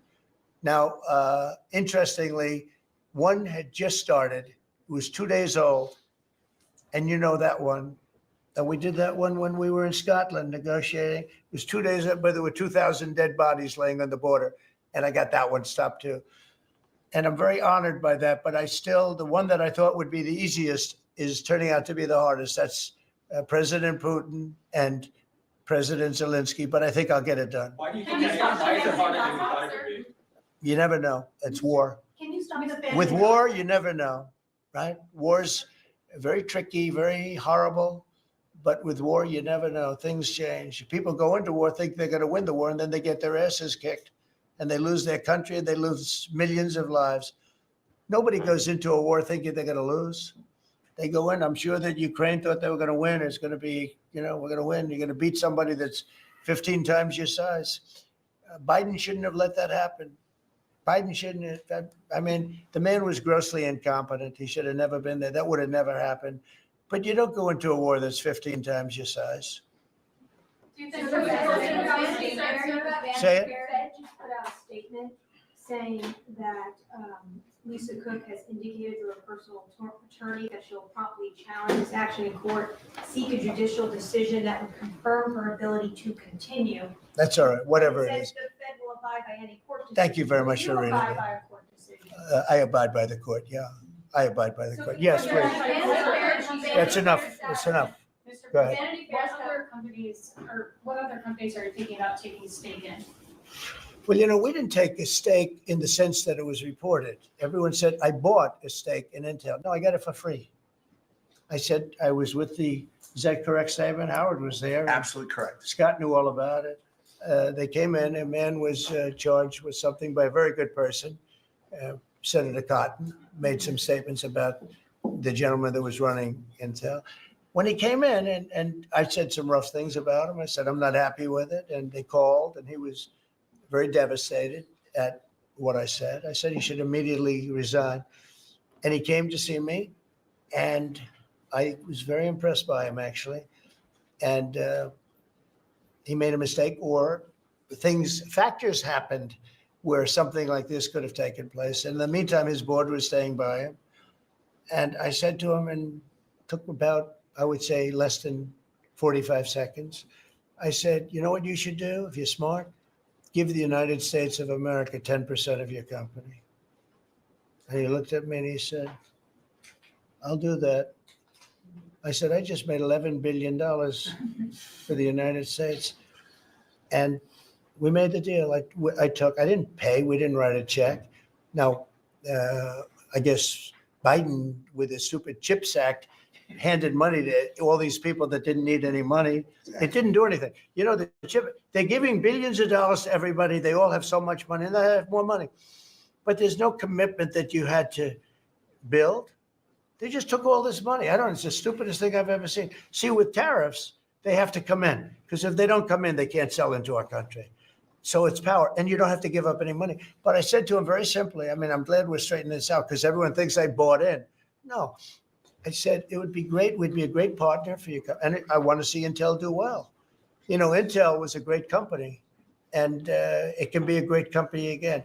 But I said, I think it would be good if we own 10% of your company. He said, I'll make that deal. And it happens to be worth $11 billion. So we made $11 billion for the country. And then I was criticized by some of the fake news media. That's not the American way. Actually, it is the American way. Now, if I can help other countries or do those deals with others, I would do that. I think it's great. It's good. Builds up our balance sheet. Let me tell you, our country is becoming very rich again. You don't see it. When the CBO came out on Friday and said, we just found $4 trillion, and that goes to reduce our deficit, $4 trillion, and it was from the tariffs. Our country is becoming very, very rich again. I hope you get used to it. You know, you're gonna have to get used to it. The deficit. Any update on your previous talking about potentially giving Americans a tariff rebate check? Well, we have a lot of money coming in, rebate check for the Americans, and it's coming in at tremendous numbers. Don't forget, I would say, Scott, we probably are talking about right now 50%, maybe even less than that. With all the money you're hearing is coming in, you're talking about, a lot of it hasn't kicked in yet. And when it really kicks in is in 2 years when these plants are built and opened and the money starts pouring in, right? But there's a concept of making you could call it a dividend, as we would say, making a dividend to the people in this country who have had to suffer through stupid leadership. And they paid a lot of taxes and they got nothing for it, or they got attacked like you were, okay, for it. No, there's a possibility. Primarily, we want to pay down debt, but there's a possibility that we take a piece of it and pay make a dividend to the people. Mr. President, I have a question for Steve Witkoff, if I may. Yeah. This past weekend, Sergei Lavrov was saying that Putin will not sign a peace deal with Zelensky because Russia views him as illegitimate. I'm just wondering if the Russians had been relaying this to your team, if they view Zelensky, as a leader worth signing a peace deal with, if they will go to the Doesn't matter table. what they say. Steve can answer, but I can answer too. Doesn't matter what they say. Everybody's posturing. It's all bullshit, okay? Everybody's posturing. Steve, do you have a different answer? I agree with you, sir. Here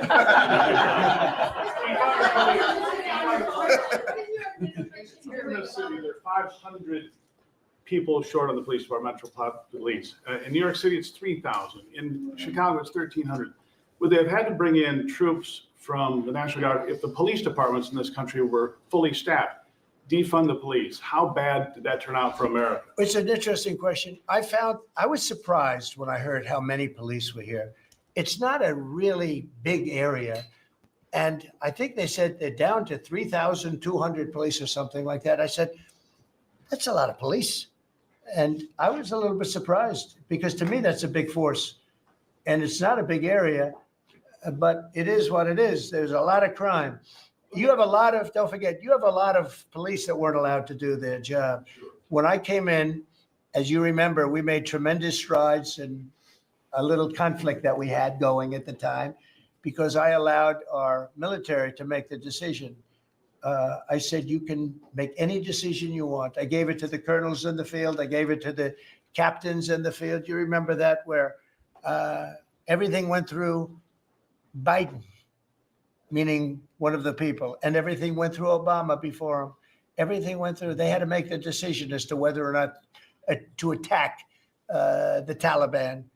So they'd find 30 people together. They'd call up Washington, and they'd go to a political hack who knew nothing about it. My first night, I got that same call. Like they called me, and they said, "We have I got a call at 3 o'clock in the morning because I listened to their system, and they were calling me and they were asking me whether or not they could attack a group of people having to do with what war I'm talking about." And I said, I know nothing about this. Wait a minute. And then I said, who is he? Let me speak to the people calling. They're calling from Afghanistan. And I said, let me speak to the people. I want to speak to them. And it was a colonel. I said, where'd you go to school, Colonel? I went to West Point, sir. Were you a good student? I was, sir. I was a very good student. So you're calling the White House to ask for permission to attack. And by the time you get the answer, how long does it take? Sometimes 2 or 3 weeks. So by the time you get the answer, the people that you want to attack have already left, right? He said, how did you know that, sir? I said, let me ask you. So you're a good student. You went to West Point and you love the military, right? Yeah. You make the decision. And I gave all those guys that went to all these great schools and they're all military people, I gave them the right to make their own decision. And we kicked ISIS's ass. Don't forget, ISIS was supposed to take 5 years to terminate him. And we had a man named Raisin Kane, who happens to have done the whole thing in Iran. He's a great general. And he's a wonderful guy too, believe it or not, but he's a great soldier. We let them do their work and we defeated ISIS. We defeated everybody. Every fight that we had militarily that I had, I won. And I let these great soldiers do some make a mistake, I guess. But like this colonel, I'll never forget it. Where did you go to school? I went to West Point, sir. I did ask him a question. I like good students as opposed to bad students. He said, I was a good student, sir. And I said, you do what's necessary. And, I don't want to sound overly vicious, but he wiped out the entire group of very bad people that want to kill us. So you have to let them do their job. In Washington, they're not allowed to do their job, okay? They're not allowed. You have great police. You have great police, but they're not allowed. Hello. Go ahead. On Congress, Mr. President, would you be open to a year-long continuing resolution? I'm always open to whatever is necessary. Here's the problem in Congress. You have Democrats that will never vote for anything. I could say that we're going to lower your taxes by 50%. We're going to guarantee you free cities, safe cities. Nobody will ever get touched, molested, beat up, shot in the head. we're going to give you the greatest country ever. We need your vote. And they won't vote. And they do it in unison. The only thing they do good is cheat on elections and unite. You know why they unite? Not because they're good or they're loyal people. They unite because they're afraid. They're afraid of the radical left. And you can't get their vote. So we have a vote coming up at the end of September. And I think we're going to pass it because we have the majority. And I think almost every Republican will vote for an extension. Because no matter what deal you make with these people, look at Schumer. He made a deal a year and a half ago. And after making the deal, he's been almost run out of the party. He's not the same man. He's not the same man. He's finished. He aged 20 years. He's become a Palestinian, by the way. We call him our great Palestinian senator. But Chuck Schumer, and I wrote him a letter. I said, Chuck, that was really great. Thank you very much. And somebody gave the letter to the press, not me. And he was destroyed because they thought I was being sarcastic, and I wasn't. He made a great decision. It kept our country open. That was a positive. But you can count on almost no vote. I mean, I see things. I'll give you an example, crime. So we're going to pass a bill to stop crime. We may not get one Democrat vote, okay? We may not get one. So when you say continuing resolution, I guess so. And it's going to be passed exclusively by Republicans. Mr. President, why do you use? You mentioned in Iowa that you wanted to see some changes to the H-2A visa program for farm workers. Right. You mentioned in Iowa that you want to see changes. Do you want to see that before the fall harvest? Well, I love both groups, and we take care of our farmers, and we also take care of the people that want bad people out of our country. And we're working on something that's going to work really well. We take care of our farmers, but we also have to take care of those people that voted for me because they don't want criminals in our country. And we're working on something where we can take care of both. Mr. President, you were talking about the CBO report that two of your cabinet members were talking about. I remember back on Liberation Day, many of us reporters covered your detractors, people saying that it was going to explode the deficit and therefore explode the debt. Who all has called you to say I was wrong? That's very good. You know the answer to that. Okay, yeah, please. Go ahead. Governor Pritzker said yesterday that he, at a press conference, that he would encourage nonviolent resistance to the National Guard if they were sent to Chicago. What's your response to that? He said what? That he would encourage nonviolent resistance if the National Guard is sent to Chicago. Look, this guy doesn't know what resistance is or nonviolent resistance is. He's a bad politician. It's amazing. I mean, if he didn't have the money, he wouldn't get any votes because there's no compelling reason to vote for him. The guy's a major loser. But it would be nice if he would call me. I would change my mind immediately. He said, you know, because everybody knows Chicago is a hellhole right now. Everybody knows it. It's not like he's saying Chicago has much better numbers, right? Well, what's much better? You mean 100 people are going to be murdered? It's going to be much more than that. So I would have much more respect for Pritzker if he'd call me up and say, I have a problem. Can you help me fix it? I would be so happy to do it. I don't love, not that I don't have the right to do anything I want to do. I'm the president of the United States. If I think our country's in danger, and it is in danger in these cities, I can do it. No problem going in and solving, his difficulties. But it would be nice if they'd call and they'd say, would you do it? And we do it in conjunction. Now, we work very well with the police because we naturally get along with the police. So the police and us work really well together, whether the mayor is opposed or whether, you have a really rotten mayor there too. He's got a 6% approval rating in Chicago.